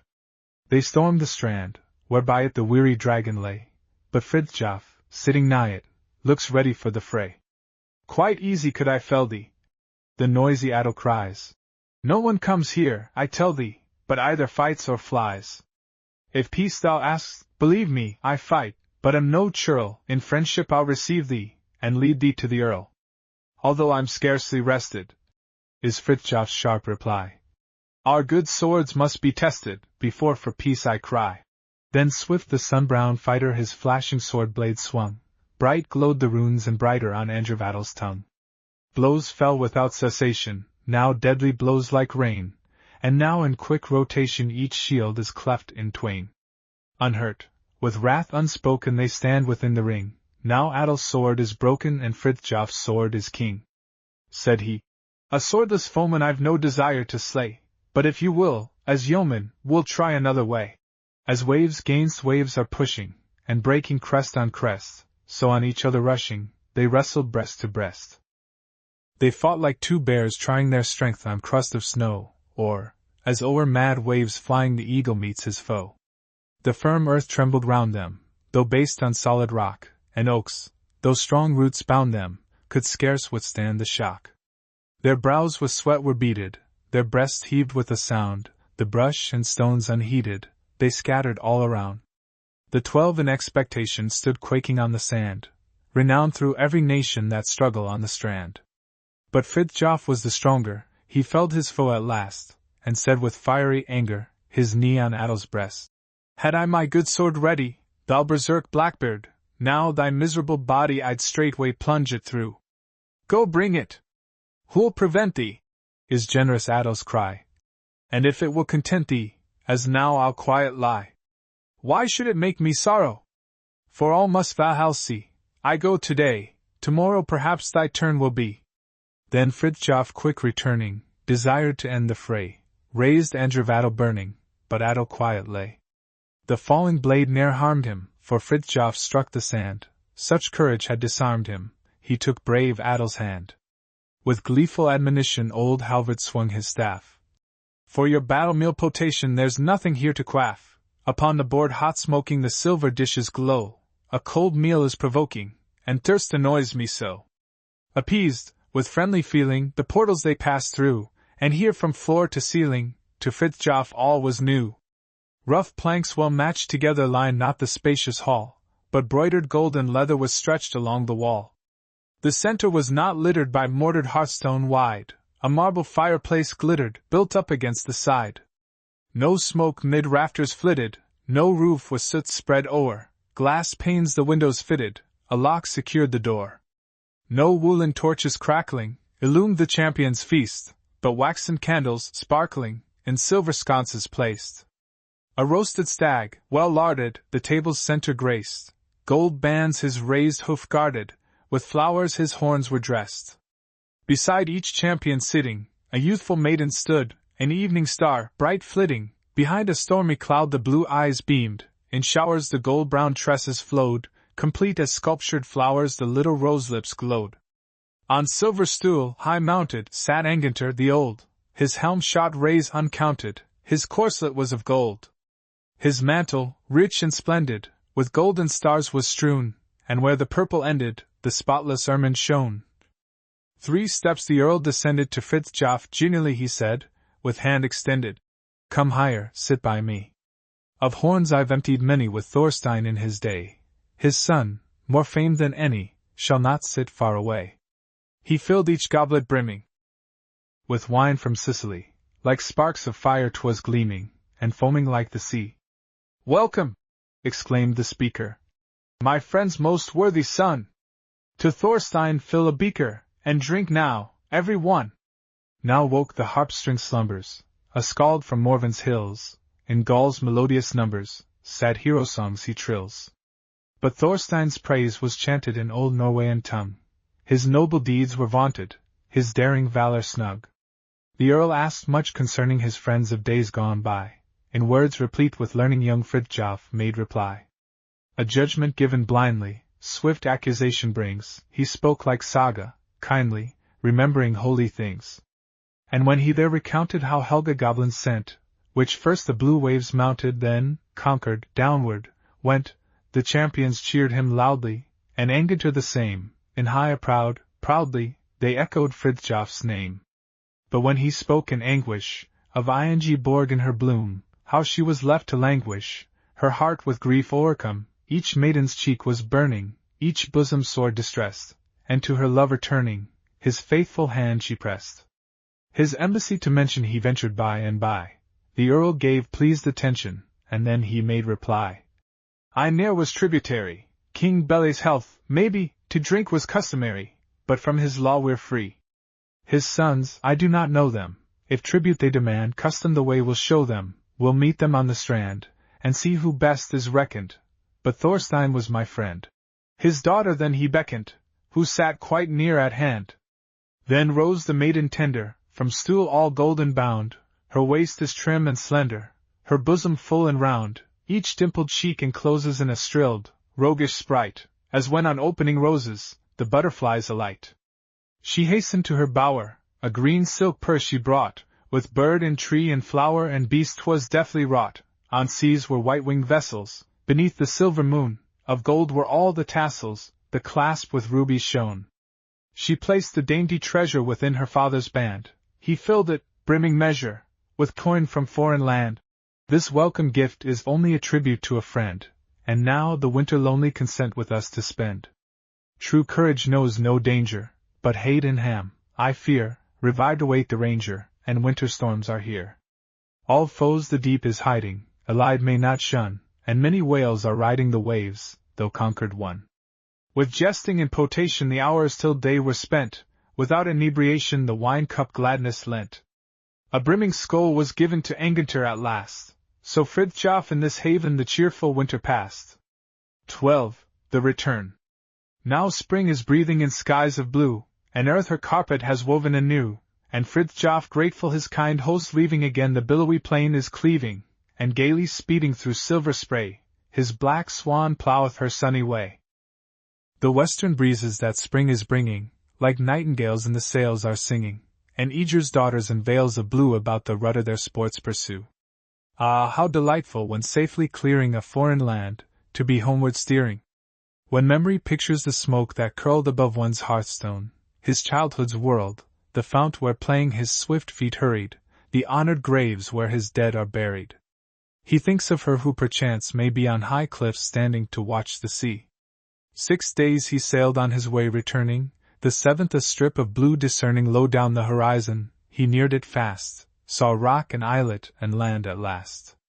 That land is his. From the waves advancing, he sees green forests and sunlight dancing. He hears the roar of the foaming streams, can trace each cliff which with granite gleams, salutes the headland and sound, then glitteth along by the groves where his ing board bedeath. Thinks how last summer each evening fair, with her beside him he wandered there. Where is she? Guesses she not her lover is near her, safely the blue waves over? Perhaps, removed from her balder's care, she strikes the harp in the palace, where her grief she'd lessen, her needle plying. Then sudden rises his falcon, flying from temple turret, then downward flits to Fridthjof's shoulder, and there he sits, as was his wont, of his love to assure him. From Fridthjof's shoulder can none allure him, he scratches fast with his gold-tipped claws, he gives no quiet, he makes no pause. To Fridthjof's ear now his beak he bendeth, perchance some loved one a message sendeth. Is it Ingeborg? Wildly his pulses bound, but none interprets the broken sound. Elide gaily the headland rounding, skips lightly on, like a roebuck bounding. Familiar waters surround the prow where happy Fridthjof is standing now. He rubs his eyes and his hand he places above his brow to discern the traces of home so dear. But he looks in vain, of Framness ashes alone remain. The naked chimney stands lone and dreary, like warriors' bones of their grave mounds weary. The garden place is a blackened floor, the ashes whirl round the wasted shore.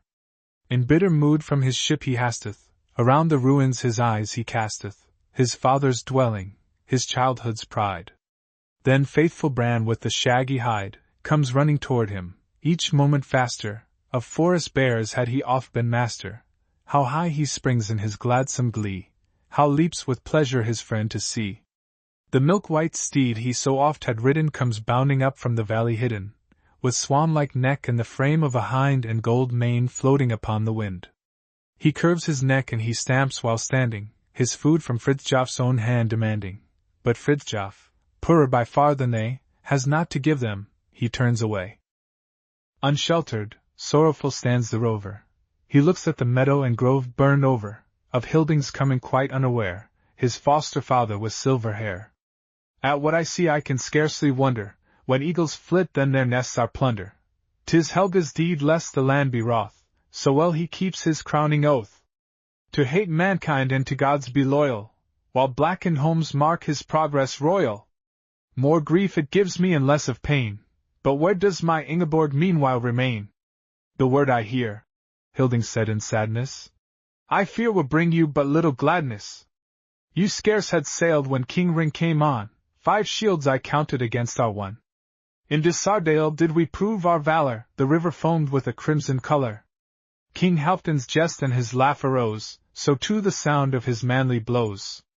My shield I held as a buckler o'er him, well pleased with fruits his bravery bore him.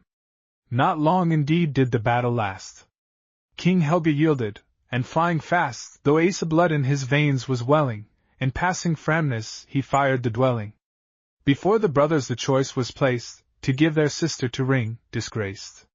By her alone could his wrongs be righted, or give their throne for his offer slighted. Then hither and thither the messengers hied, but now has Ring carried home his bride. O woman, woman, said Fridthjof scorning. Old Lok's thought should have been a warning, his thought a lie, was in woman's form, to man he sent it his heart to warm, a blue-eyed lie that with tears alarms us, forever cheats and forever charms us. a rose-checked lie with bust defined, of spring ice virtue and faith like wind, from out whose heart folly often glances, on whose fresh lips basis falsehood dances. And yet how dear to my heart was she! And dear as ever she still must be. My wife I've called her since in the wildwood. We played together in happy childhood. Of high achievement if e'er I thought, her love alone was the prize I sought, as stems which grow from one root together, if Thor strikes one then they both will wither, if one its vesture of emerald shows, the other mantles with green its boughs. Our lives in joy and in grief thus blended, I cannot think of the union ended. But I'm alone. O thou noble Var who wanderest over the earth afar, to record on gold every vow that's spoken, forego thy pastime, the vows are broken. The tablet filled with but falsest lies, the faithful gold gainst the insult cries. Of Baldur's Nana I've oft been dreaming, but truth in mortals is only seeming. In faithfulness can no heart rejoice since falsehood borrows my Ingeborg's voice, a voice like wind which o'er flower fields strayeth or harp strings music when Brage playeth. I'll list no more when the harp is tried, I will not think of my faithless bride, where storms are raging there will I follow, till blood thou drinkest, thou ocean billow. Where swords sow seeds for pale death to reap, on mount or vale I my vigil keep. If king I meet and to combat dare him I smile to think how my sword shall spare him. But if in battle a youth I meet, with heart enamoured and visions sweet, deluded fool who on faith relieth, I'll hew him down ere the vision flieth, will kindly slay him ere yet he be deceived, disgraced and betrayed like me. The blood that's youthful no boundaries heedeth, old Hilding said. How much it needeth the cooling touch of the snows of age. You wrong the maid with your senseless rage. My foster daughter beware of blaming for adverse fortune which, heaven ordaining, the wrathful Norns upon men below hurled down, for none can escape the blow. Like silent Vidar, no outward token the maiden gave that her heart was broken. Her grief was mute as in southern grove the voiceless woe of the widowed dove. To me alone who her childhood guided was all the pain she endured confided. As dives the sea-fowl with wounded breast lest daylights I should upon it rest, and there remaineth with life-blood flowing, no sign of weakness or misery showing, so she in darkness her suffering bore, and only I saw her anguish sore. She often said, I am but an offering for Bele's kingdom. Who talks of suffering? The snowdrop fragrant, with leaf and vine to deck the victim in wreaths they twine. How sweet to die and escape from anguish! But no, in pain must I live and languish, for Baldur's wrath will no rest allow. My aching heart and my throbbing brow. But tell to no one my secret sorrow, I'd rather suffer than pity borrow. King Bele's daughter her fate may dare, but kindly greeting to Fridthjof bear. The wedding day with its footsteps fateful arrived at last. Oh, the day most hateful! To the temple marched in procession sad, the white-robed virgins and men steel-clad. A bard dejected the train was guiding, the pale bride followed, a black steed riding as pale was she as the wraith which sits on a storm cloud black, when the lightning flits. From off the saddle I quietly took her, nor at the temple door forsook her, but led her up to the altar, where her vows she uttered in accents clear. She wept and prayed, on good Baldur calling, while down her cheeks were the teardrops falling. When Helga saw on her arm your band, he tore it off with an angry hand. On Baldur's image now hangs the jewel. My wrath burst forth at this act so cruel. My sword was by me, I drew it forth. King Helga then was but little worth. Let be, said Ingeborg, in accents broken, my brother might surely have spared this token. How much one suffers ere death sets free, the All-Father judgeth twixt him and me. The All-Father judgeth, said Fridthjof slowly. I too would give him my judgment lowly. Is not now midsummer Baldur's feast?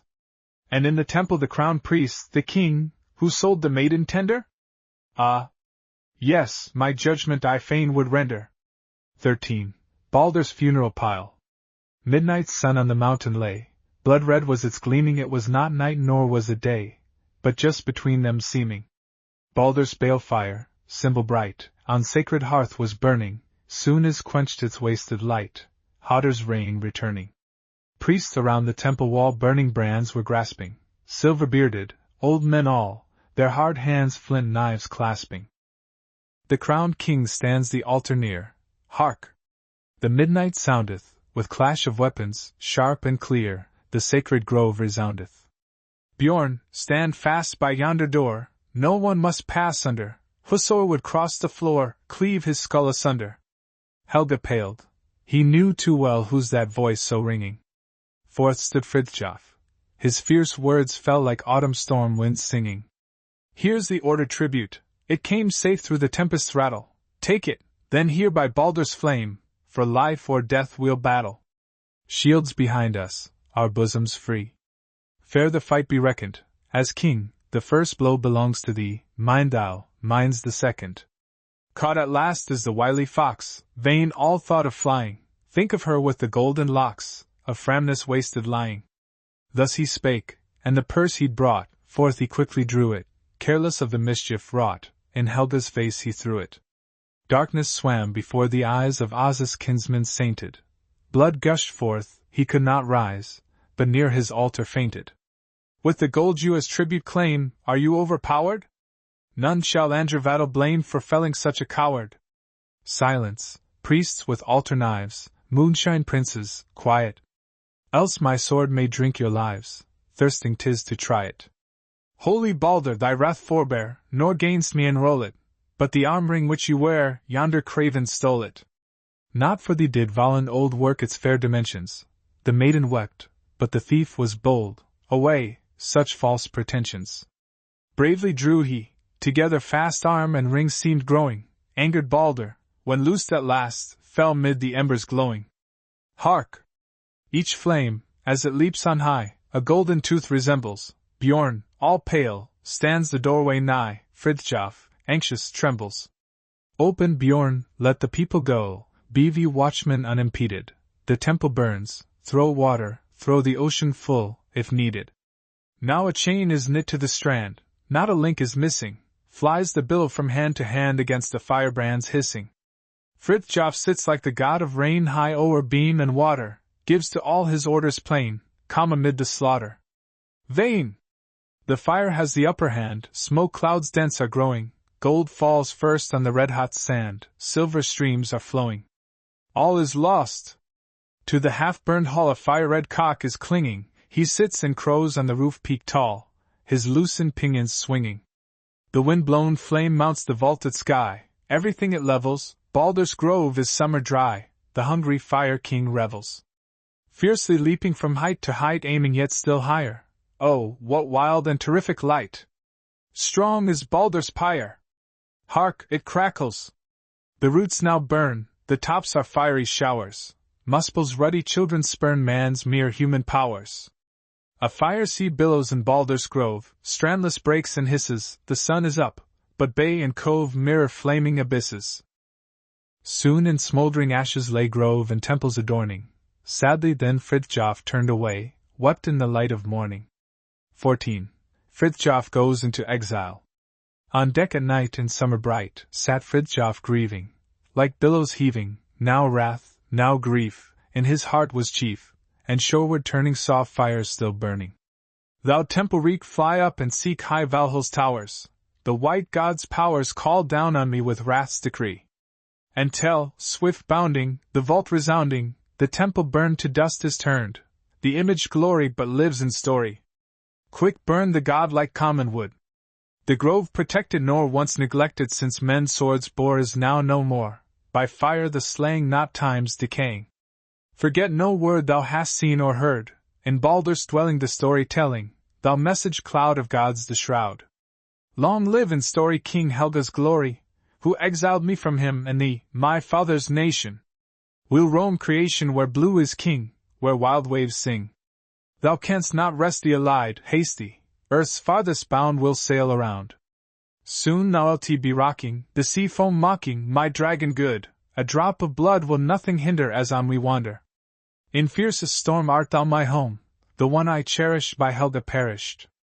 Thou art my north, my foster earth, the other leaving I wander grieving, my bride caressed in black robes dressed, the one in luster I could not trust her. Thou ocean free, unknown to thee is king oppressive, untrue, aggressive. Thy king is he among the free who trembles never how high soever, with wrath oppressed, heaves thy white breast.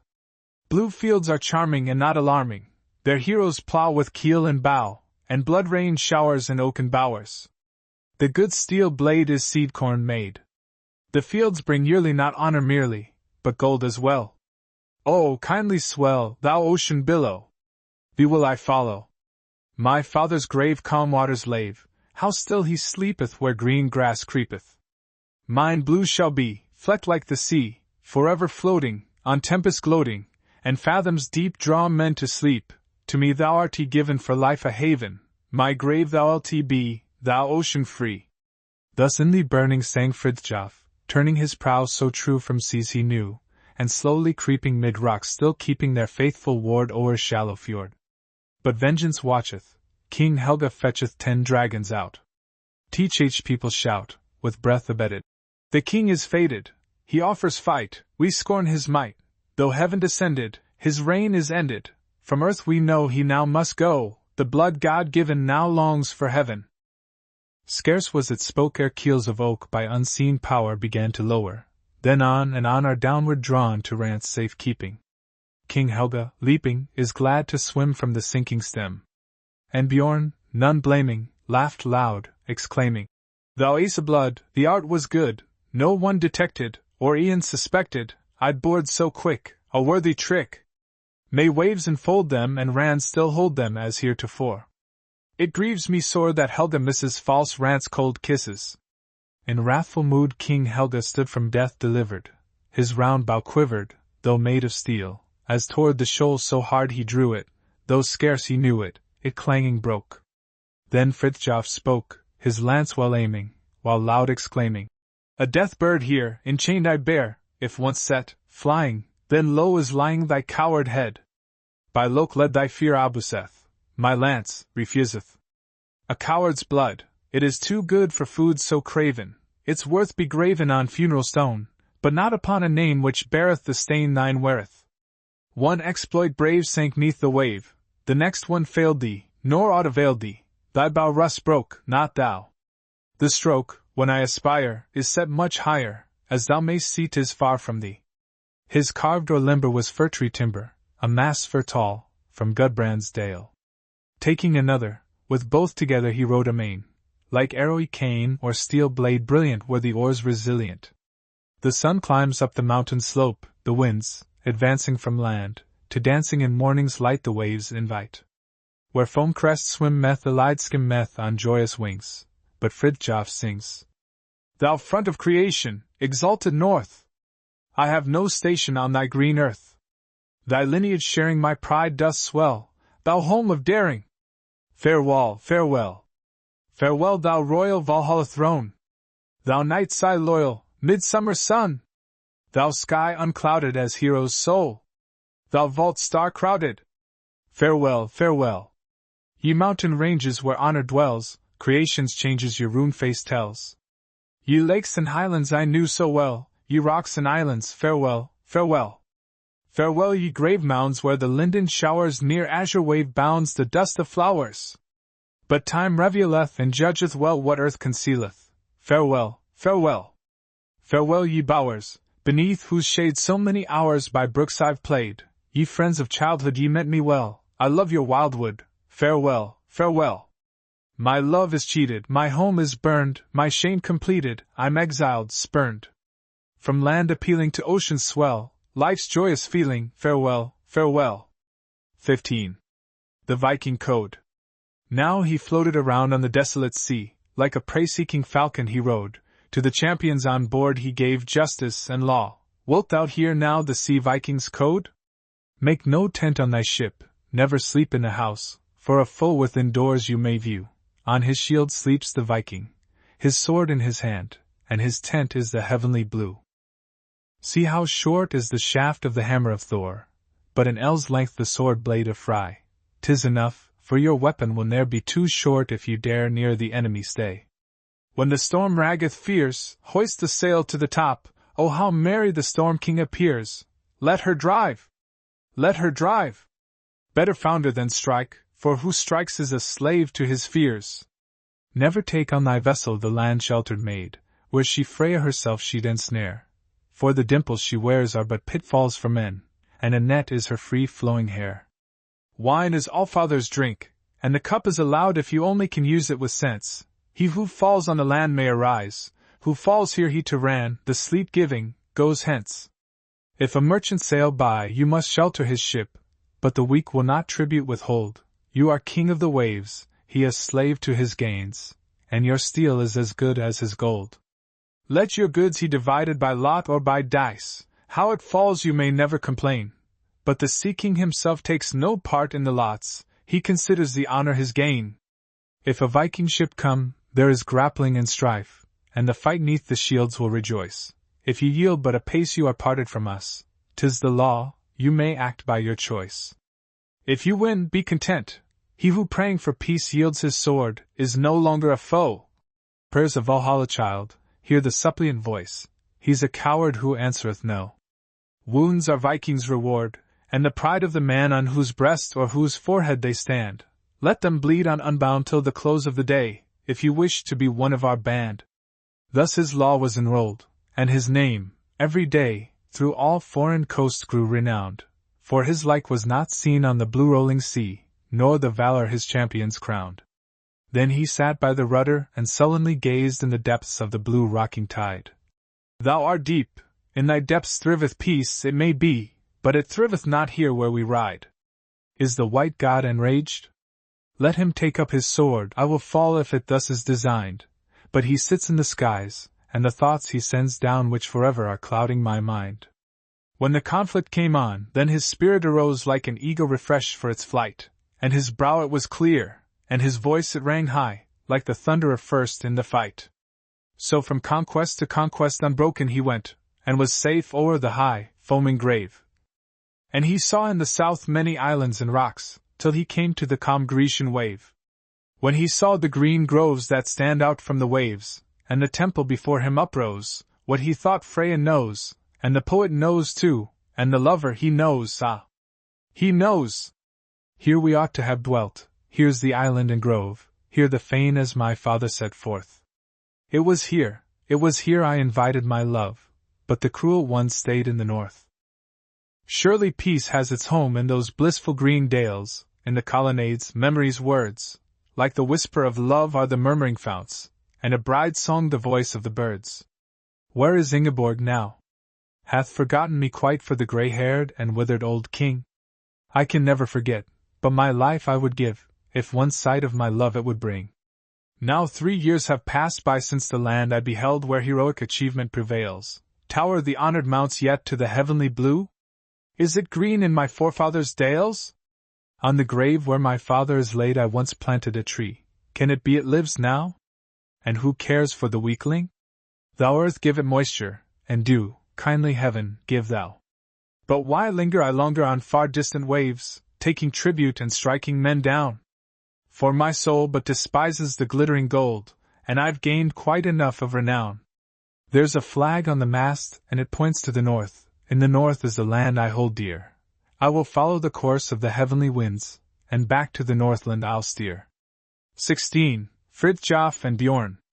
Bjorn, I am weary of riding the sea, turbulent traps are the billowy fountains, Northland's firm earth and her long-cherished mountains, wondrous attractions, are calling to me. Happy is he by his land unrejected, no one denies him his father's green grave. Too long, alas, have I wandered dejected, outlawed, afloat on this wilderness wave. Bjorn. Good is the sea, your complaining you squander, freedom and joy on the sea flourish best. He never knoweth effeminate rest, who on the billows delighteth to wander. When I am old, to the green growing land I too will cling, with the grass from my pillow. Now I will drink and will fight with free hand, now I'll enjoy my own sorrow-free billow. Fridthjof. Now hath the ice indeed chased us to land, close round our keel are the stiffened waves dozing. Let me not waste the long winter reposing here among rocks on this desolate strand. Let me once more keep the Yule banquet olden, guest of King Ring and the bride of my choice. Let me once more see those waving locks golden, hear the sweet tones of that well-beloved voice. Bjorn. Good. To King Ring it shall be my glad duty, something to teach of a wronged Viking's power. Fire we the palace at midnight's still hour, scorch the old greybeard and bear off the beauty. Or, being Viking, you may think it right honor to grant the old man by a duel. Challenge him out on the ice for a fight, whatever you will, only waiting is cruel. Fridthjof. Speak not of firebrands, to war give no thought, peace would I bear to the king, and not terror. Ring nor his partner committed the error. Heavenly vengeance my punishment sought, little of hope is now left worth the telling, only farewell would I take of my dear, final farewell. When the green buds are swelling, sooner it may be, you'll see Fridthjof here. Bjorn. Fridthjof, 'tis time for your follies abating, sigh and lament for a false woman's loss. Earth is, alas, but too full of such dross, one may be lost, still 1,000 are waiting. Say but the word, of such goods I will bring quickly a cargo, the Southland can spare them, red as the rose, mild as lambs in the spring, then we'll cast lots, or as brothers we'll share them. Fridthjof. Bjorn, you're as frank and as joyous as Fry, bold to wage war and with wisdom advising, Odin and Thor you ne'er think of despising, Freya, the heavenly, you dare to gainsay. Let us not question her power supernal, rather beware lest we waken her ire. Once, though now slumbering, the sparkle eternal mortals and gods shall enkindle to fire. Bjorn. Go not alone, lest return be prevented. Fridthjof. Singly I go not, my sword goes with me. Bjorn. Hagbert, remember, was hanged to a tree. Fridthjof. Who can be taken, to hang has consented. Bjorn. Fallest thou then, on thy murderer fell carve I the blood eagle, vengeance bestowing. Fridthjof. Needless, fond Bjorn, he'll not hear the cock crowing longer than I do. Farewell, fare thee well. 17. Fridthjof comes to King Ring. King Ring in state was seated at Yuletime drinking mead. And with him sat his consort, so white and rosy red, they seemed like spring and autumn. When both together seen, the king was chilly autumn, fresh spring the fair young queen. A man, unknown, there entered within the spacious hall, from head to foot enveloped, a bearskin covering all, and though by staff supported, and bent with age and care, he stood a head the taller than any champion there. He chose for seat to rest him a bench beside the door, 'tis now the poor man's station, as 'twas in days of yore. The courtiers all laughed loudly, with many a jibe and jest, and with the finger pointed to him in bearskin dressed. The stranger's eyes flashed lightning which made his anger felt, and quick a young man seizing with one hand by the belt, both up and down he turned him, then ceased the gleeful din, for all the rest were silent, so you and I had been. What causes such an uproar? Who dares disturb our peace? Old man, come here and answer, and let the tumult cease. Your name, your place, your errand, come, answer if you can. Thus spake the angered monarch to the half-concealed old man. You asked me many questions, I'll answer every one. My name, I will not give it, belongs to me alone. My birthplace was misfortune, my heritage is want. I hither came but lately from wolves so fierce and gaunt. In youth I rode a dragon upon the waters blue, its wings were stout, and gaily and safely to it flew. But crippled now and frozen, it leaves the land no more, and I, grown old and weary, burn salt upon the shore. I came to see thy wisdom, renowned so far and wide, and when they met me rudely, for scorn I'll not abide. One idiot by the girdle I grasped, and turned him round, for that I beg your pardon, though now he's safe and sound. Thy words are wisely chosen, said Ring. I must agree, the aged should be honored. Come sit thee here by me, slip off these false disguises and let thy form appear. Disguise is foe to pleasure, and pleasure ruleth here. The guest now loosed the bearskin, it fell from off his head, where stood old age decrepit, each saw youth instead, from off whose noble forehead, and round whose shoulders brave, the light locks fell and floated in many a golden wave. In azure velvet mantle, he then stood forth erect, his belt a silver girdle with forest beasts bedecked, embossed by cunning workmen, each figure deftly traced, and round the hero they each the other chased. A massive golden circlet his sinewy arm displayed, his battle sword hung by him as though the lightning stayed. A hero glance about him he cast from time to time, and stood as Balder beauteous, as Asa Thor sublime. Surprised, the queen's cheeks quickly with changing color glow, as northern lights so ruddy paint fields of driven snow, as two twin water lilies, alarmed by tempest swell, stand swinging on the billow. her bosom rose and fell. The horn a shrill blast sounded, then silence reigned throughout. The hour for vows was coming, and Frey's bourne now they brought. His mouth contained an apple, wreaths on his neck were laid, his 4 knees bent beneath him upon a silver cade. King Ring, his grey locks flowing, arose and straightway now the boar's head gently touching, he thus declared his vow. I swear to conquer Fridthjof, the champion in war, so help me Frey and Odin, and likewise mighty Thor. Then with a smile defiant uprose the stranger tall, a look of wrath heroic spread o'er his features all, he smote with sword the table till through the hall it rang, and up from oaken benches the steel-clad warriors sprang. And now, Sir King, please listen while I my vow shall tell, young Fridthjof is my kinsman, and so I know him well, 'gainst all the world I'll shield him, I give you here my word, so help me now my Norn, and likewise my good sword. The king then laughed. Right daring, methinks, your speech, said he, but in this Northland palace shall all fair words be free. My queen, fill him a bumper of wine, the very best, I hope that through the winter he'll here remain our guest. The queen then took the goblet, before her it was placed, a rare and costly jewel, which once the years had graced. It stood on feet of silver, and on its golden bands were runes of high achievement, engraved by skillful hands. With downcast eyes she reached him the goblet, brimming filled, but with a hand so trembling that wine thereon was spilled. As evening's shades so ruddy upon the lilies glow, so gleamed the drops of ruby on hand as white as snow.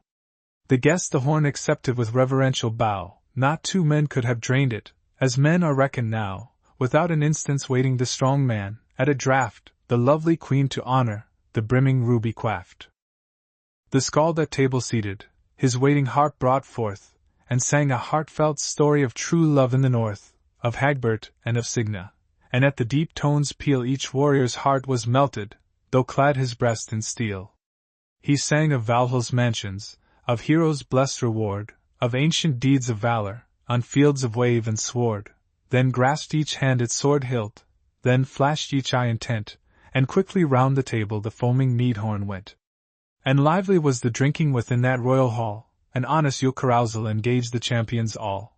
The sleep that followed after no care or anger stained, but Ring, the aged monarch, with Ingeborg remained. 18. The ride on the ice. King Ring to a banquet his queen would take, the ice like a mirror o'erspread the lake. Go not on the ice, said the stranger bold. It may break, and the bath is too deep and cold. The king, answered Ring, is not easily drowned, whoever is fearful let him go round. The stranger was angered and sullen frowned, then quickly his skates to his feet he bound. The sledge horse sets out, he is strong and free, his nostrils are flaming, so glad is he. Strike out, cried the monarch, my charger good, and show if you are of the Sleipnir blood. As swift as a storm on the sea his speed, the prayers of the queen does the king not heed. The stranger in mail on his skates is not still, but passes them swiftly whenever he will. He writes many runes on the ice besides, and over her name lovely Ingeborg rides. They swiftly speed onward, the lake to span, but under them lurketh the treacherous Ran. Her silvery roof in a trice she breaks, and catches the sled in the hole she makes. The cheeks of the beautiful queen turn pale, then comes like a whirlwind the skater in mail. He buries his skate in the ice, to clasp the steed's flowing mane in his iron grasp. With one single effort his arm the swings, and charger and sled to the firm ice brings. That stroke, said Ring, was a noble one, not Fridthjof, the strong, could have better done. So they all returned to the house of the king, the stranger remaining until the spring. 19. Fridthjof's temptation. Spring is coming, songbirds twitter, woods are leafing, smiles the sun, dancing downward, toward the ocean, see the loosened rivers run, glowing like the cheeks of Freya, from the buds the roses ope, hearts of men to life awaken, full of courage, love and hope. Ho! The chase.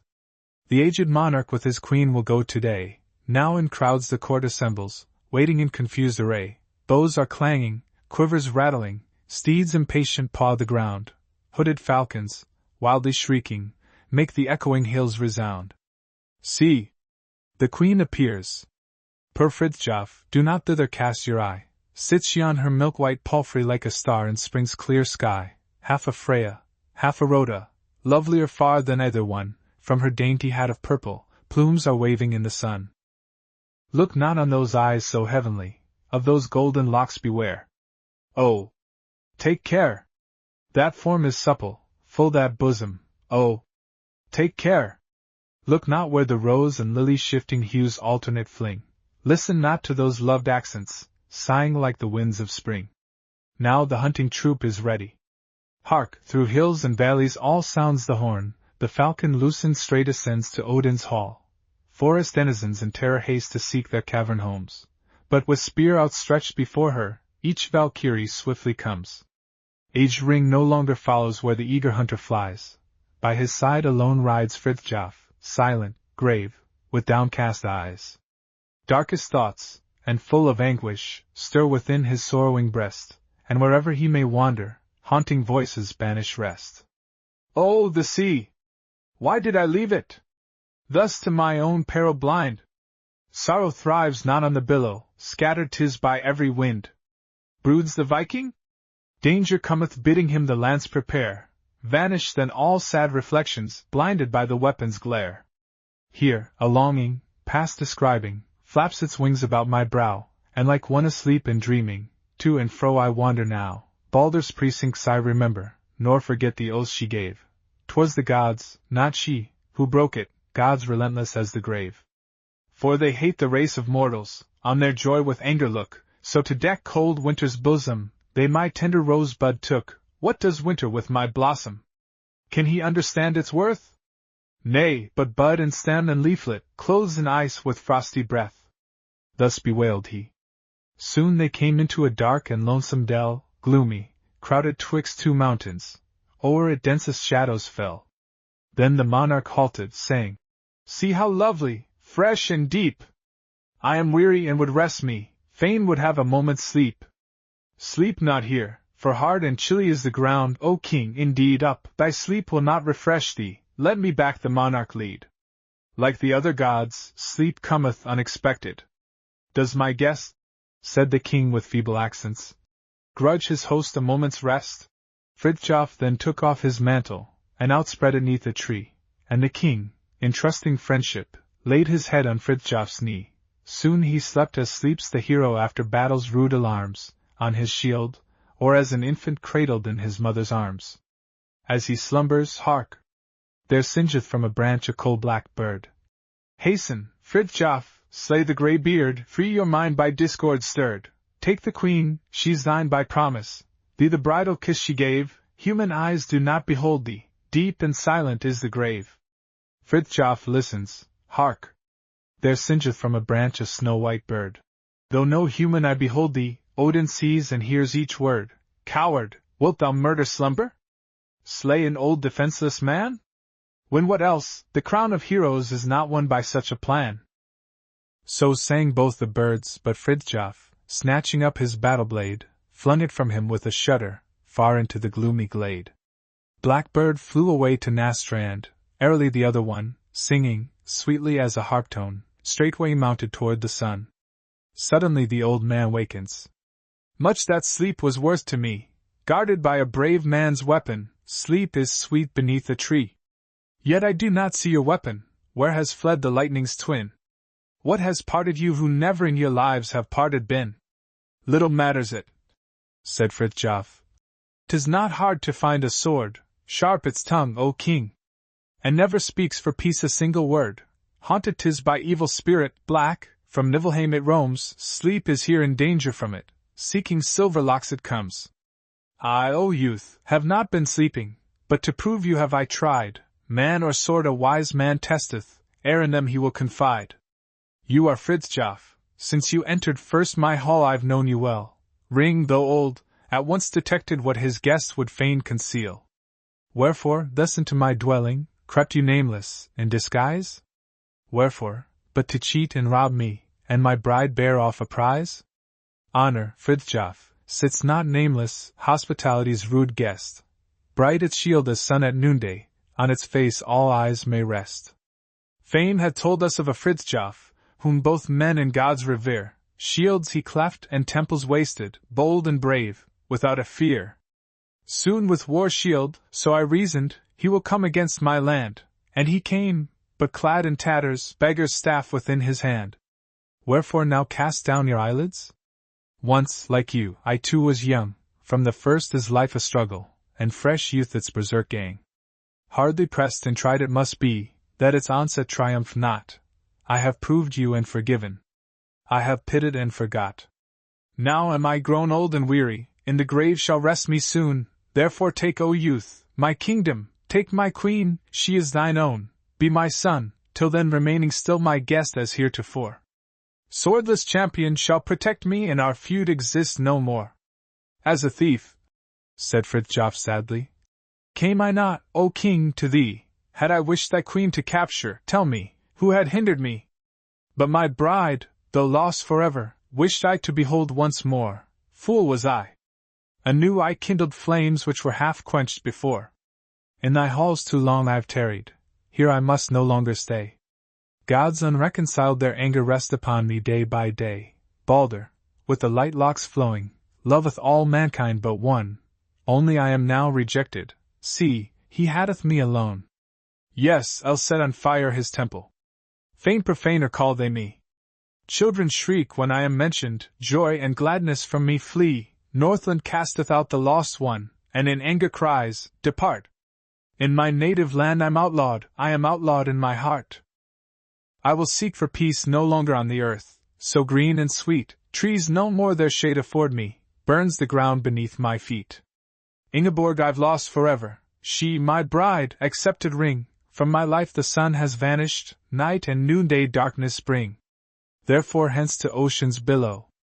Out, away my dragon good, bathe again thy pitch-black bosom in the briny boiling flood, wave in clouds thine inky pinions, let the sea a path prepare, fly as far as star can guide us, far as conquered billows bear. Let me hear the rolling thunder, let me hear the lightning's voice, when it thunders all around me, Fridthjof's heart will then rejoice. Clang of shields and rain of arrows. Let the sea the battle fill, purified, I'll then fall gladly, reconciled to heaven's will. XX, King Ring's death. Golden mane flowing, skin fastidious draweth the spring sun more bright than before.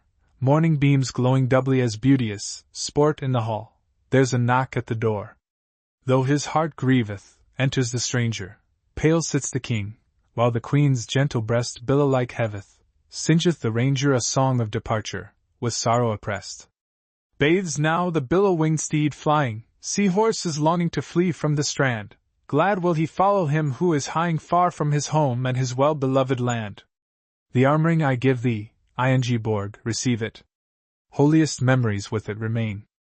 Ne'er let it leave thee, Fridthjof, believe me truly forgives. Thou'lt not see him again.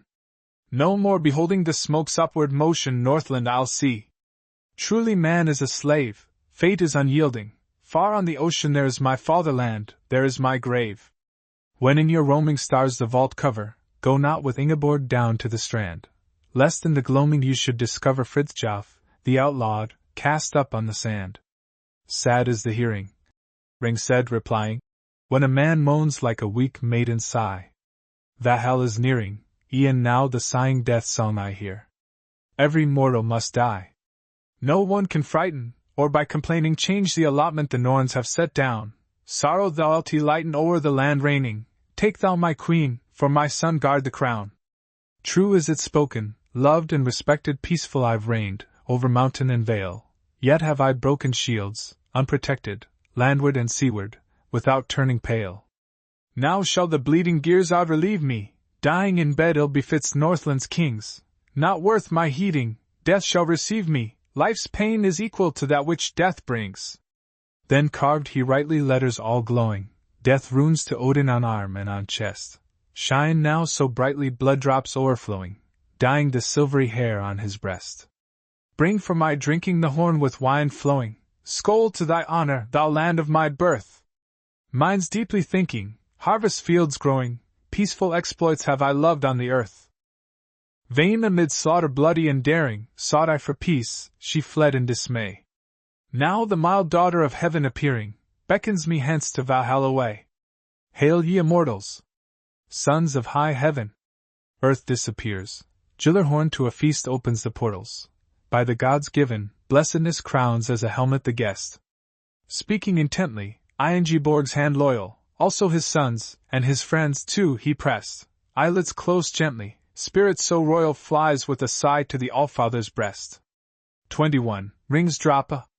Sepultured sits he, sovereign descended, battle sword by him, buckler on arm, chafes his good charger champing impatient, pawing with gold hoof the gate of the grave. Ring, great in riches, rideth o'er Bifrost, bends with its burden, bridge of the gods. Wide for his welcome Valhalla it opens, hands to the hero heaven extends. Absent is Asathor, active in warfare. Beckoned by Odin the beaker is brought, fry the king graces with garlands of grain ears, blossoms the bluest spine's frig therein.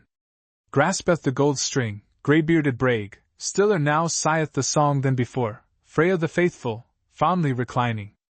Bends o'er the board and burneth to hear. Sing high the smiting of sword upon helmet, boisterous billows, bloody for eye, power, the gift of gods ever gracious, bitter as berserk biting the shield. Hence was the hero king, heaven-born dear to us, showing his shield a shelter for peace. Power's embodiment plainly impersonate, sword like a sacrifice smoke to the sky. Words full of wisdom wise Odin chooseth sitting with Saga Sakvabek's maid. Such, too, the saying spoke by the monarch, fair as of Mimir flows the clear fount. For seat faithful all feuds adjusteth, sitting serenely by the side of Urd's spring. Thus high enthroned thou, king beloved, potently pleadest for peace in the land. Niggard in nothing, near and far strewed he beauty and blessing, bought with his gold, gave he most gladly guerdon unstinted, sadness he solaced, suffering relieved. Welcome, thou wisest winner of Valhalla! Long thou'lt be lauded, loved of the north. Brage the bearded, bears thee the mead-horn, favored of fortune, friend from below. 22. The king's election. To Thing! To Thing! From dale to hill the cry arose. King Ring is dead, his place to fill a king we'll choose. From off the wall the peasant moves his steel sword blue, its edge his practised finger proves, it biteth true. The boys admire and pleased surprise the gleaming blue, to lift the sword one vainly tries, it needeth two. The daughter scours the helmet clean, bright shall it be, and blushes, in its silvery sheen her face to see. At last he takes his shield so round. A son in blood. Hail! Iron Man, so strong and sound, thou peasant good! Renown and power which nations wield from thee they draw, in war thou art thy country's shield, in peace its law. The assembly met, while sounding high were arms and shields, in open Thing, 'neath heaven's sky, in fair green fields. Upon the Thingstone Fridthjof stands, and with him there a little one with shining bands of golden hair. Then rose the cry on every hand. Too small indeed the king's son is to rule our land, our wars to lead. But Fridthjof on his shield raised up the little boy. Ye Norsemen, here behold your hope, your king, your joy. High Odin's race embodied here in image see, as much at home mid shield and spear, as fish in sea. I swear my lance and sword to set round land and throne, and with the father's coronet to crown the son. The oath I make to Baldur's son asterisk of high renown, and if I fail, may he not shun to strike me down. Asterisk for seat. The boy sat on the shield so high as 'twere a throne undaunted as the eaglet's eye looks toward the sun. At last impatient grew his blood, and to the ground, the child leaped down and fearless stood, a kingly bound. Then rose the cry from all the Thing. We of the north, we choose but thee, be like King Ring, thou shield-born youth. And Fridthjof shall a guardian be, thy youth to guide, his mother Earl, we give to thee, to be thy bride. But Fridthjof frowned. Today, said he, election make, but not a bridal, leave to me a bride to take. To Baldur's temple I'll repair, I go to see the Norns who are already there awaiting me. With them a council I have willed, the shield maids true, beneath the tree of time they build, above it too. Against me Baldur's anger sword doth still abide, he only can restore my cherished bride. Saluting then the monarch new, he kissed his brow. And o'er the broom heath passed from view, silent and slow. 23. Fridtjof at his father's grave. How brightly smiles the sun, so friendly seeming. As swift from branch to branch its soft rays glide. All-Father's light within the dewdrop gleaming, is clear and pure as in the ocean wide. See! All the mountain tops with red are streaming, from Baldur's altar flows the bloody tide. In night will shortly sink the world's commotion, as sinks the golden shield beneath the ocean. Yet let me first behold those well-known places, my childhood friends that I have loved so well. The same sweet beauty still the valley graces, the same birds yet alight in wood and dell, the same blue wave the stable rock embraces. Oh, would I ne'er had tried its treacherous swell! It always speaks of fame and high endeavor, but far from home it bears thee on forever. I know thee, stream, whose waters erst were freighted with swimmer bold, who with thy billows fought. I know thee, too, thou vale where oft we plighted eternal faith. Alas! Earth holds it not. Ye birchen trees, whose bark I carved delighted with many runes, still wedded to the spot your white stems stand, crown-capped with sunshine golden, all save myself unchanged since days now olden. Is all unchanged? Where, then, is Framnus dwelling, and Baldur's temple on the sacred shore? At thought of childhood's dales my heart is swelling. But fire and sword devoured them, they're no more. Of human vengeance, of God's wrath they're telling to wanderers over blackened field and floor. Thou pious pilgrim, come not here to ponder, for forest beasts in Baldur's grove now wander. With Nidhugg's curse each human life is teeming, the cruel tempter from the land of shade. He hates the Aesolite with glory beaming on hero's brow and on his shining blade. Each coward deed, each act of wrathful scenting, is his, a tribute unto darkness paid. He wins when temples burn and gods are slighted. He claps his coal-black hands and laughs delighted. Is there no expiation, radiant heaven? Thou blue-eyed god, dost thou no penance take? Man pardons man who has for pardon striven. When men atone, the gods their wrath forsake. By thee, the mildest one, I'm unforgiven. Command, and any sacrifice I'll make. No will had Fridthjof in the temple's burning. Oh! Stainless make his shield, thine anger turning. Thy burden take away, I cannot bear it, the dark wood's music in my soul doth cry. A moment's fault. Cannot a life repair it, an upright life? Then hear my contrite sigh. If Thor's fierce bolt should strike, I still would dare it, nor shrink to meet the look of hell's pale eye.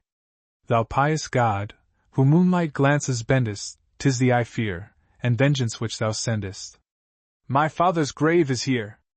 The hero sleepeth, alas! Whence he has gone none ever roam, a starry tent his home, no more he weepeth, where shields rejoice and brimming need-horns foam. Thou Esaias, from heaven look down where keepeth his weary watch thy child. O Father, come! I bring not runes nor charms, but bending lowly would learn to appease pale Baldur holy. Still silent is the grave?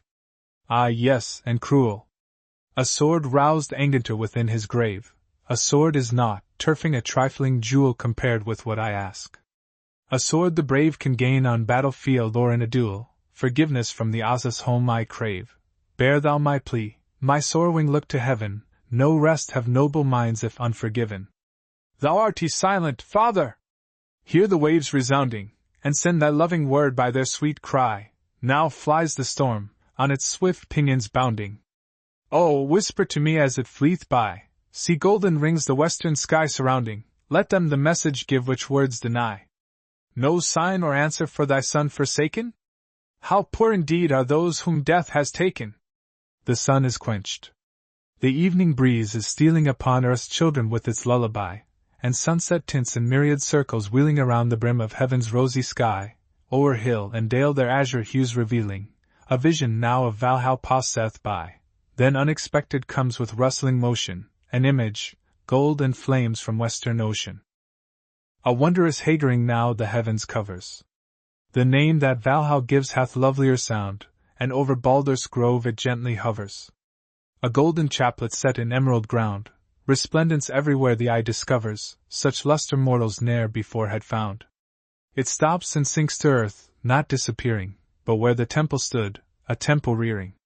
An image braid dablick its wall upreareth, so burnished silver on the cliff had shone. Each pillar cut of deep blue steel appealeth. The altar is a single precious stone, a power unseen the vaulted roof upbeareth, a winter sky with sparkling stars o'erstrewn, and there with golden crowns and robes befitting, of azure splendor, Valhall's gods are sitting. With rune-rich shields, the maids of fateful power, the noble Norns, within the portal stand 3 rosebuds springing in a single flower, a grave and yet a fascinating band, while Urd is pointing to the ruined tower, the new one skulled doth greet with welcome hand, but scarce restored is Fridthjof, filled with blended delight and wonder, ere the scene is ended. From you, Time's maidens, comes illumination, thine, hero father, is the token good. The wasted shrine I'll build on sure foundation, in beauty shall it stand where erst it stood. How excellent to thus make expiation, by peaceful deeds to atone for actions rude! The outcast still may hope who sues in meekness, the white god softens, and forgives his weakness. All hail, ye myriad stars in splendor beaming! With joy I watch you silent tread the skies, and welcome, northern lights. Above me streaming, no more a flaming temple to mine eyes, grow green, O grave! And from the wave bright gleaming, thou wondrous melody again arise. I'll sleep upon my shield, and dream how heaven forgets the faults its mercy hath forgiven. 24. The Reconciliation. Completed now was Baldur's temple.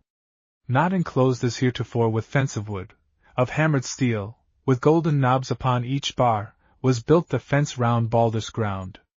Like steel-clad champions ranged for war, with halberds and with golden helms, there stood it now on guard around the sanctuary of the god.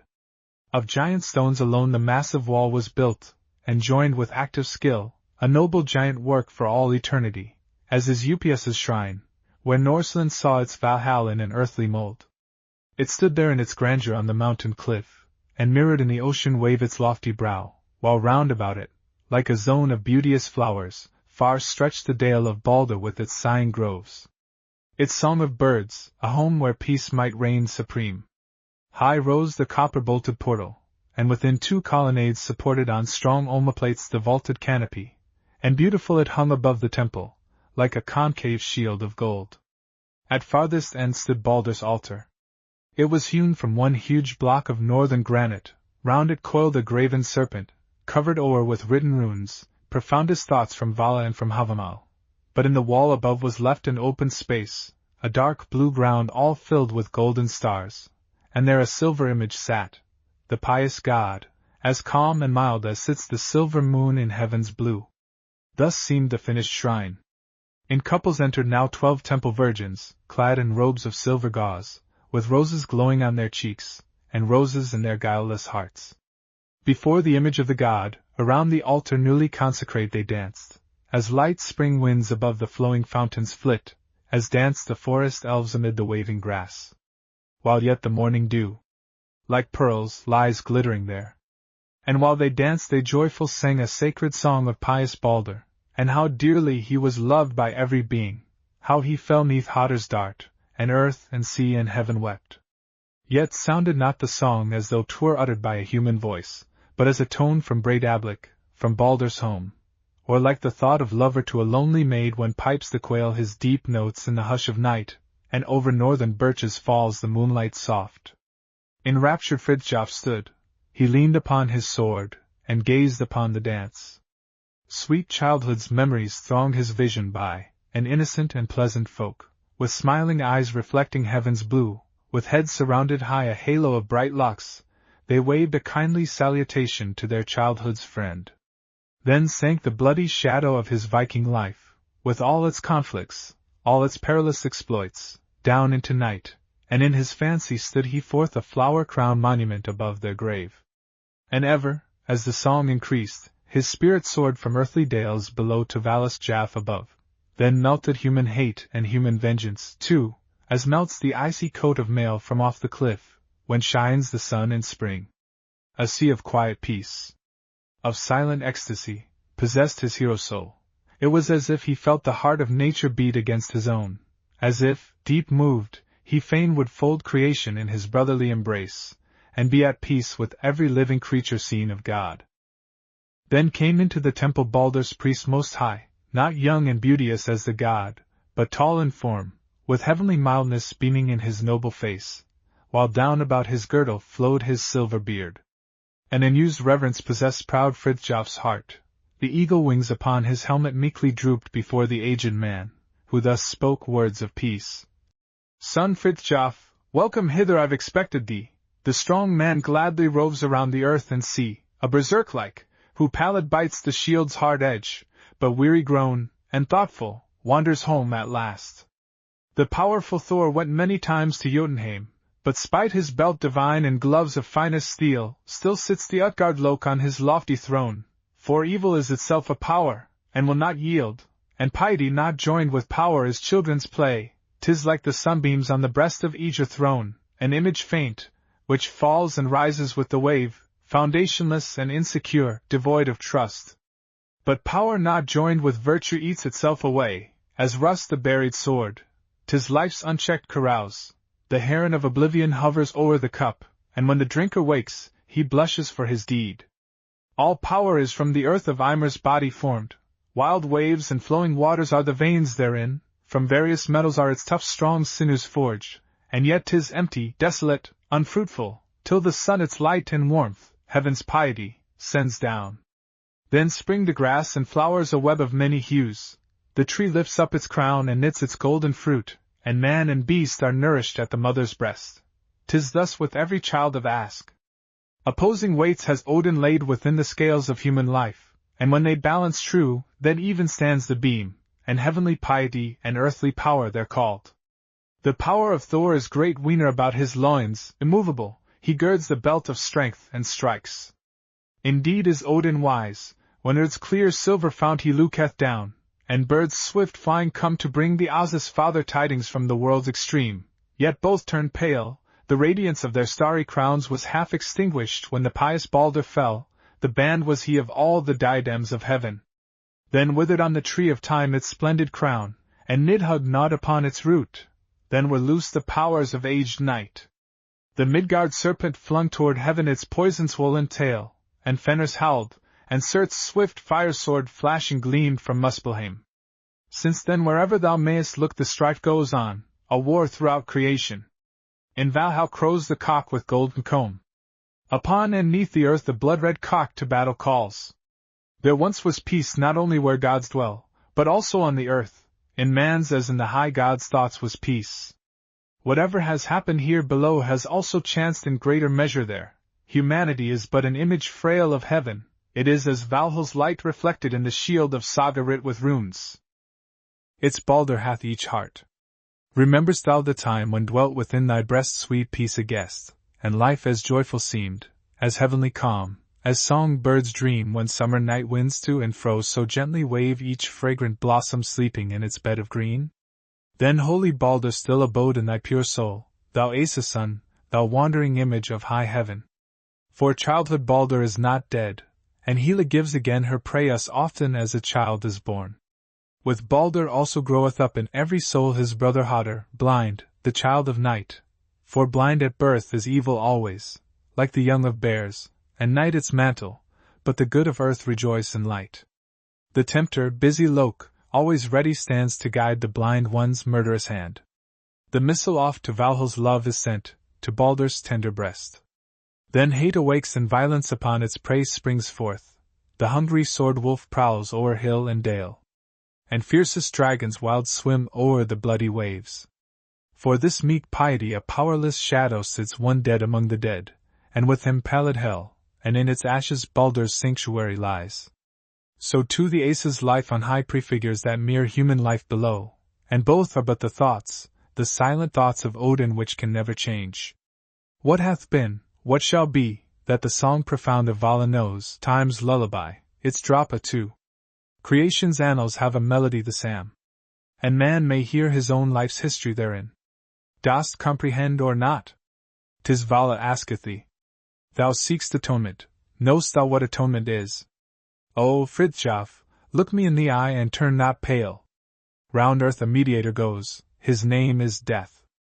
A spark translucent, from eternity is time, all earthly life is but the refuse from Allfather's throne, atonement is to their return all purified. The lofty Asas fall themselves, and Ragnarok the day of their atonement is, a bloody day on Vigrid's 100 miles of plain, there will they fall, but fall not unavenged, for there the evil die forever, but the fallen good arise again, refined, from out the flaming pyre to higher life.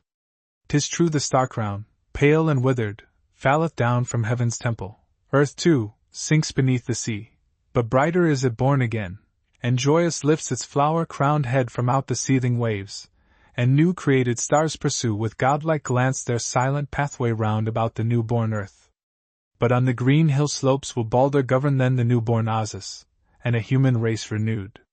The golden tablets filled with runes, lost long ago, in time's fresh morning, then are found amid the grass on Ida's plain, by Valhall's children reconciled. The fallen good and death are only tried by fire, it is atonement made, a birth to higher life, which, purified, flies back to him from whom it came, and plays a guileless child upon its father's knee. Alas!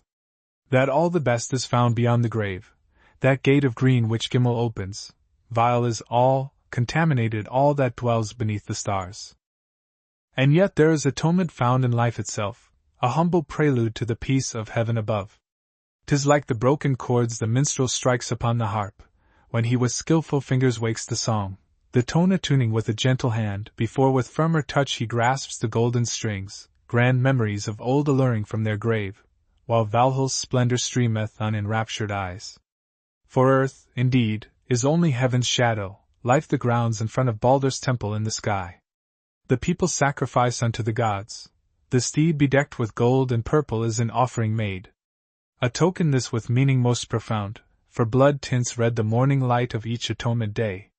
But signs are not the substitute, they cannot atone, thine own transgressions no one can amend for thee. In Odin's breast divine the dead are reconciled, atonement for the living lies in their own hearts. One offering, I know, unto the gods more dear than smoke of victims. 'Tis the sacrifice of thine own vengeance, and thy heart's untamed and bitter hate. Canst thou not silence them, and canst thou not forgive, O youth? What wilt thou then in Baldur's sacred house? With what intent hast thou this holy temple reared? With stones is Baldur not appeased. Atonement dwells below, as up above, alone where dwelleth peace. With all thy foes and with thyself be reconciled. The light-haired god will then be reconciled with thee. They have a Baldur in the south, the virgin's son, who by the All-Father wise was sent to explain the runes upon the Norn's black shield rand, unexplained before.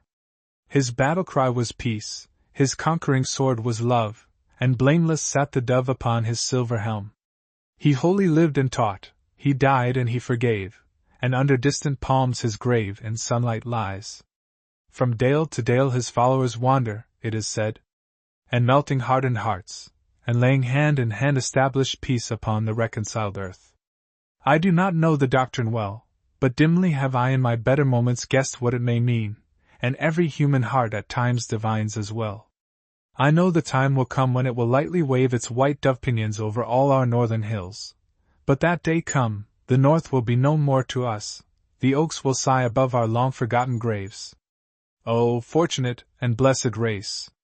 Ye who shall drink the sparkling beaker of that light, I bid you hail. It will be well if it can drive away the cloud whose humid covering hitherto has veiled life's Sunday, but scorn not us, who, in sincerity, have sought with unaverted gaze to find the light divine. The All-Father is but one, though many herald him. Thou hatest Bele's sons. And wherefore hatest thou? Because to thee, a yeoman's son, they did not choose to give their sister, who belongs to Semang's race. The noble son of all-wise Odin. Their descent extends to Valhall's throne, and pride of birth is theirs. Thou sayest that birth on fortune, not on worth, depends. Of merit all his own, O youth, is no one proud, but only of his fortune, for the best of things are only God's good gifts to man. Art thou not proud of thy heroic deeds, of thy superior strength? Who gave thee thy great strength? Did Asa Thor not knit thy sinewy arms as firm and close as oaken boughs? And is it not God's spirit high which joyous beats within the citadel of thine arched breast? Is not the lightning God's which flashes in thy fiery eyes? Beside thine infant cradle sang the haughty Norns the prince song of thy life, for that thy merit is no whit the greater than the king's son's for his birth. Lest thy pride be condemned another censure not. King Helge now is fallen. Here broke Fridthjof in. King Helge fallen? When and where? Thou canst but know that while thou here wert building, he was on the march among the Finnish mountains. On a lonely crag there stood an ancient shrine. To Jomala 'twas built abandoned long ago, the door was now fast closed, but just above the portal still there stood a strange old image of the god, now tottering to its fall. But no one dare approach, for there a saying rife among the people went from age to age, that he who first the temple sought should Jomala behold.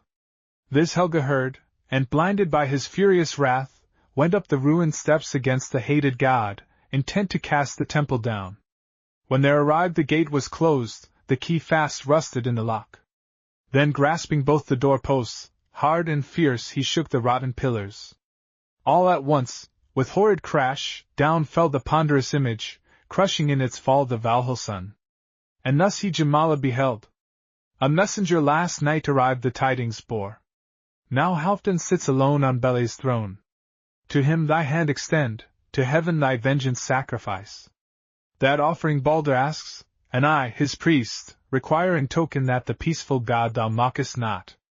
If thou refuse, this temple then is built in vain, and vainly have I spoken. Then stepped Halfdan in, across the copper threshold, and with doubtful look he stood aloof from him he feared and silence kept. Then Fridthjof loosed the breastplate hater from his side, against the altar placed his shield's bright golden orb, and weaponless approached his silent waiting foe.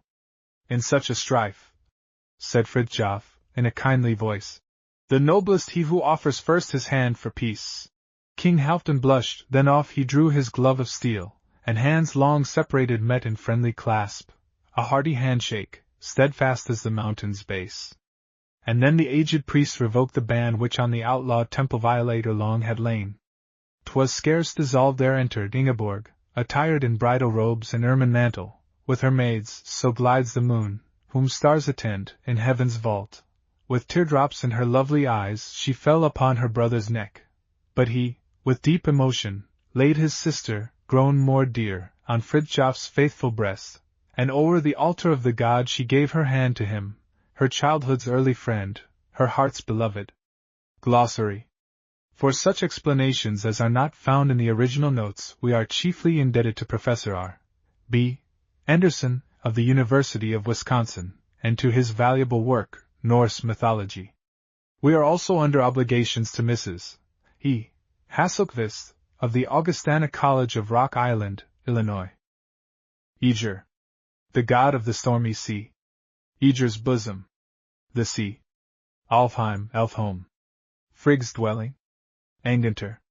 A champion who was slain in a duel high Hjalmar the Vigilant, and was buried with his sword turfing. His daughter Hervar called upon her dead father for the sword, and, according to the story, was answered. See Canto 23. Angervattle, Grief Waiter.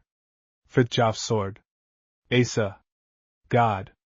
It is used as a prefix, as Asa Thor, Asa Loke, etc. Asa sons. A people who came from Asia and settled the north, and who claimed descent from the gods. Asgard. Home of the gods. Ask. The first man. Asthild. Cupid. Balder the best. The mildest, the wisest and the most eloquent of the gods. He is the god of innocence, the white god. Balder dies in nature when the woods are stripped of their foliage, when the flowers fade and the storms of winter howl. Balder dies in the spiritual world when the good are led away from the paths of virtue, when the soul becomes dark and gloomy, forgetting its heavenly origin. Balder returns in nature when the gentle winds of spring stir the air, when the nightingale's high note is heard in the heavens, and the flowers are unlocked to paint the laughing soil, when light takes the place of gloom and darkness. Balder returns in the spiritual world when the lost soul finds itself again, throws off the mantle of darkness, and like the shining spirit soars on wings of light to heaven, to God who made it. See Norse Mythology, page 294. Bodestone. A rough stone set up at warriors' graves, and having no inscription. Berserk, bear coat. The old northern athletes or champions wore the skins of bears, wolves or reindeer, and went into battle with loud cries, wearing no armor. Berserk gang. The onset of the berserks. Bifrost, the trembling way. The rainbow, the bridge of the gods. Bjorn a bear. Notice the play upon this word in Canto X, page 94. Bjorn attend the rudder, grip it with a bear's paw. Blood eagle. When a foe deserved especial cruelty, he was put to death by carving the picture of an eagle on his back. See Canto 16, page 150. Brage. God of poesy, a son of Odin. Bran. Fridthjof's dog. Breidablik, broad gleaming. Baldur's abode. Burn salt. A common expression for making salt. Delling, dayspring. Dawn. Delling's sun. Day. Disarsal. The temple of the goddesses. Dragon. A war vessel. See description of Iliad, Canto 3 p. 30. Drapa. A funeral hymn, reciting the virtues of the deceased. F sound. A sound in the Orkney Islands. Fafnir. A son of Hreidmar and brother of Regan and Otter. Fafnir and Regan demanded of their father a share of the gold obtained of Odin as Otter's ransom. Hreidmar refused, and Fafnir slew his father, and taking all the gold, assumed the form of a dragon and fled. He concealed the gold on Nidaheath, where he was found by Sigurd, who, at the instigation of Regan, slew Fafnir. He accomplished this by digging a pit in Fafnir's path and concealing himself therein until the dragon passed over him, when he thrust his sword through Fafnir's heart. See Norse mythology, page 377, also the story of the Volsungs and Nibelungs, translated by Magnusson and Morris. Sweden, 1870. Fafnir, Spain. The slayer of Fafnir, Sigurd. Fenris. A wolf, and one of Loke's children. Chained by the gods until Ragnarok, he gets loose and conquers Odin, but is himself slain High Vidar. Folkvang, the Folkfield. Freya's dwelling. Forseat, the presider. Son of Balder and Nanna. The god of justice. Foster brother. It was customary in the north, when two persons entered into friendship for life and death, or, as it was called, foster brothership, that each wounded himself and allowed his blood to mingle with the others. See, concerning Fridthjof and Bjorn, Canto 3, page 34. Freya, Lord. The god of harvests, the dispenser of wealth. Freya. Frey's sister, and goddess of love. Frigg. The wife of Odin and mother of Balder. Futhork. The runes taken collectively are properly called the Futhork, the word being made up of the names of the first of the runes. Compare alphabet. Jefjun. The goddess of maids. Girzad, spear death. Death by the spear, self-inflicted. See Valhall. Gerd. Frey's wife, and very beautiful. Gimel. The heaven of heavens, where dwell the righteous after Ragnarok. Gillerhorn. The horn of Heimdall, the Saint Peter of the old mythology. It was heard all over the world. Glitner, the glittering. Forseat's golden dwelling. Groaning sound. A sound between the Danish islands. Gudbrandsdale. Canto 14, page 138. In the Diocese of Agris, celebrated afterward, 1612, for a battle in which the Norwegians slaughtered the forces of Colonel St. Clair, the Scotch ally of Christian IV, of Denmark. Hagbart.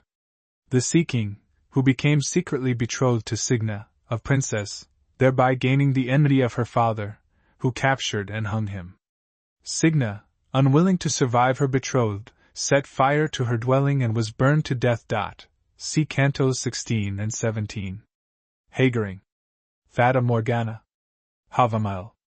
The high song of Odin, containing many wise precepts for the government of men. Hel. The goddess of death. Hildur. The goddess of war. Hodder. The blind god, brother of Balder. Tempted by Loke, he slew Balder with the mistletoe. Ida's plain. Where the gods assemble after Ragnarok. Idun. Wife of Brage. She is the rejuvenating goddess, the ever-renovating spring, and hence she is dressed in green. See Canto I, page 5. She keeps the apples of immortality. Jotunheim. The abode of the giants. Loke. The evil one. He is the sly, treacherous father of lies. In appearance he is beautiful and fair, But in his mind he is evil, and in his inclinations he is inconstant.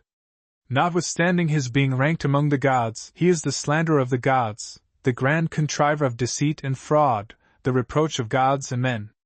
Nobody renders him divine honors. He surpasses all mortals in the arts of perfidy and craft. See Norse mythology, page 373. Midgard. The earth, the abode of man. Midgard serpent. A child of Lok. It was cast into the sea by Odin, and it grew till it reached around the whole world. Mimir. The wise giant keeper of the holy well of wisdom. Morven's hills. Hills in the north of Scotland. Muspelheim. The abode of fire. Muspel's sons. Flames. Nanna. Baldur's wife, goddess of flowers. She died heartbroken at Baldur's death. Nastrand, the shore of corpses, where the wicked are punished after Ragnarok. Nidhugg. The dragon which lives in the fountain Hvergelmir and gnaws the root of Yggdrasil. Niflheim. The world of mists, the lower world, the place of punishment. Norns. The fates. They are three: Urd, the past; Verdand, the present; and Skuld, the future. They control the destinies of gods and men. Oder. Freya's husband. Odin. The chief of the gods. He is the all-pervading spirit of the world, the governor of the universe, the author of war and the inventor of runes and of poetry. In appearance he is old, tall, one-eyed and long-bearded. He wears a broad-brimmed hat and a many-colored coat, and carries a spear called Gungnir. Odin's birds. Odin has two ravens, Hugin and Munin, reflection and memory, which every day fly around the world and return to him with intelligence of all that happens. Peasant. The piece of lowest rank in chess, a pawn. Ragnarok, the twilight of the gods. The day of the destruction of the world, and of the regeneration of gods and men. See Canto 24. Ran, the robber. Goddess of the sea, wife of Aegir. Rhoda. One of Valhall's maidens, a Valkyrie. Runes. The letters of the ancient Scandinavian alphabet were called runes, secrets.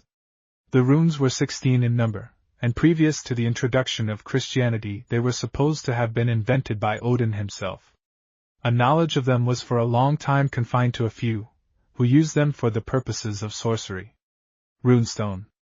A stone inscribed with runes, and set up at graves or elsewhere as a monument. Saga. Goddess of history, hence a history. Semang. A son of Odin. The early kings of Norway traced their lineage directly to Semang. Signa. See Hagbart Skinfax, Shining Mane. The horse of day. Skull. A health.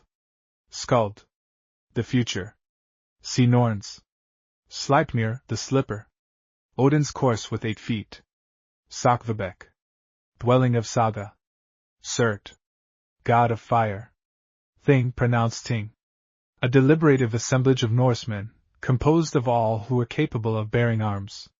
It was held in the open air. The Thing's men expressed approval of any measure by striking the shield with the sword. Thor. The second of the gods, the thunderer, the subduer of the frost giants. He has a red beard. His weapon is a short-handled hammer called Mjolnir. He is girt with a belt of strength, and wears iron gloves. His sons are Magna and Mod, strength and courage. Urd. The past. See Norns. Urd's fount. The fountain from which the Norns sprinkled the tree Yggdrasil. Utgard Lok. The Lok of the giants, called Utgard, because he dwelt in the uttermost parts of the world, Jotunheim. Vala. A prophetess. Valis Jaff. Odin's dwelling. Valhall, the hall of the slain. Only those who fell by wounds received in battle, or self-inflicted, were entitled to the joys of Valhall, where they were feasted by Odin and attended by the Valkyries. Valkyries, choosers of the slain. Goddesses who serve in Valhall and go on Odin's errands. Var. The goddess who presides over marriages. Vegtam. A name assumed by Odin when he went to consult the Vala concerning the fate of Baldur. See Norse mythology, page 281. Vidar forest. The silent god, a son of Odin. He slays the Fenris wolf at Ragnarok. Vingolf, floor of friends. Freya's dwelling. Valand. A renowned smith corresponding to Vulcan. Yggdrasil. An ash tree, the tree of the world. The Norns sprinkled the top with water from Urd's fountain and thus kept it alive, although Nidhugg gnawed its roots. Ymir. An enormous giant slain by the gods, and of whose body they created the world.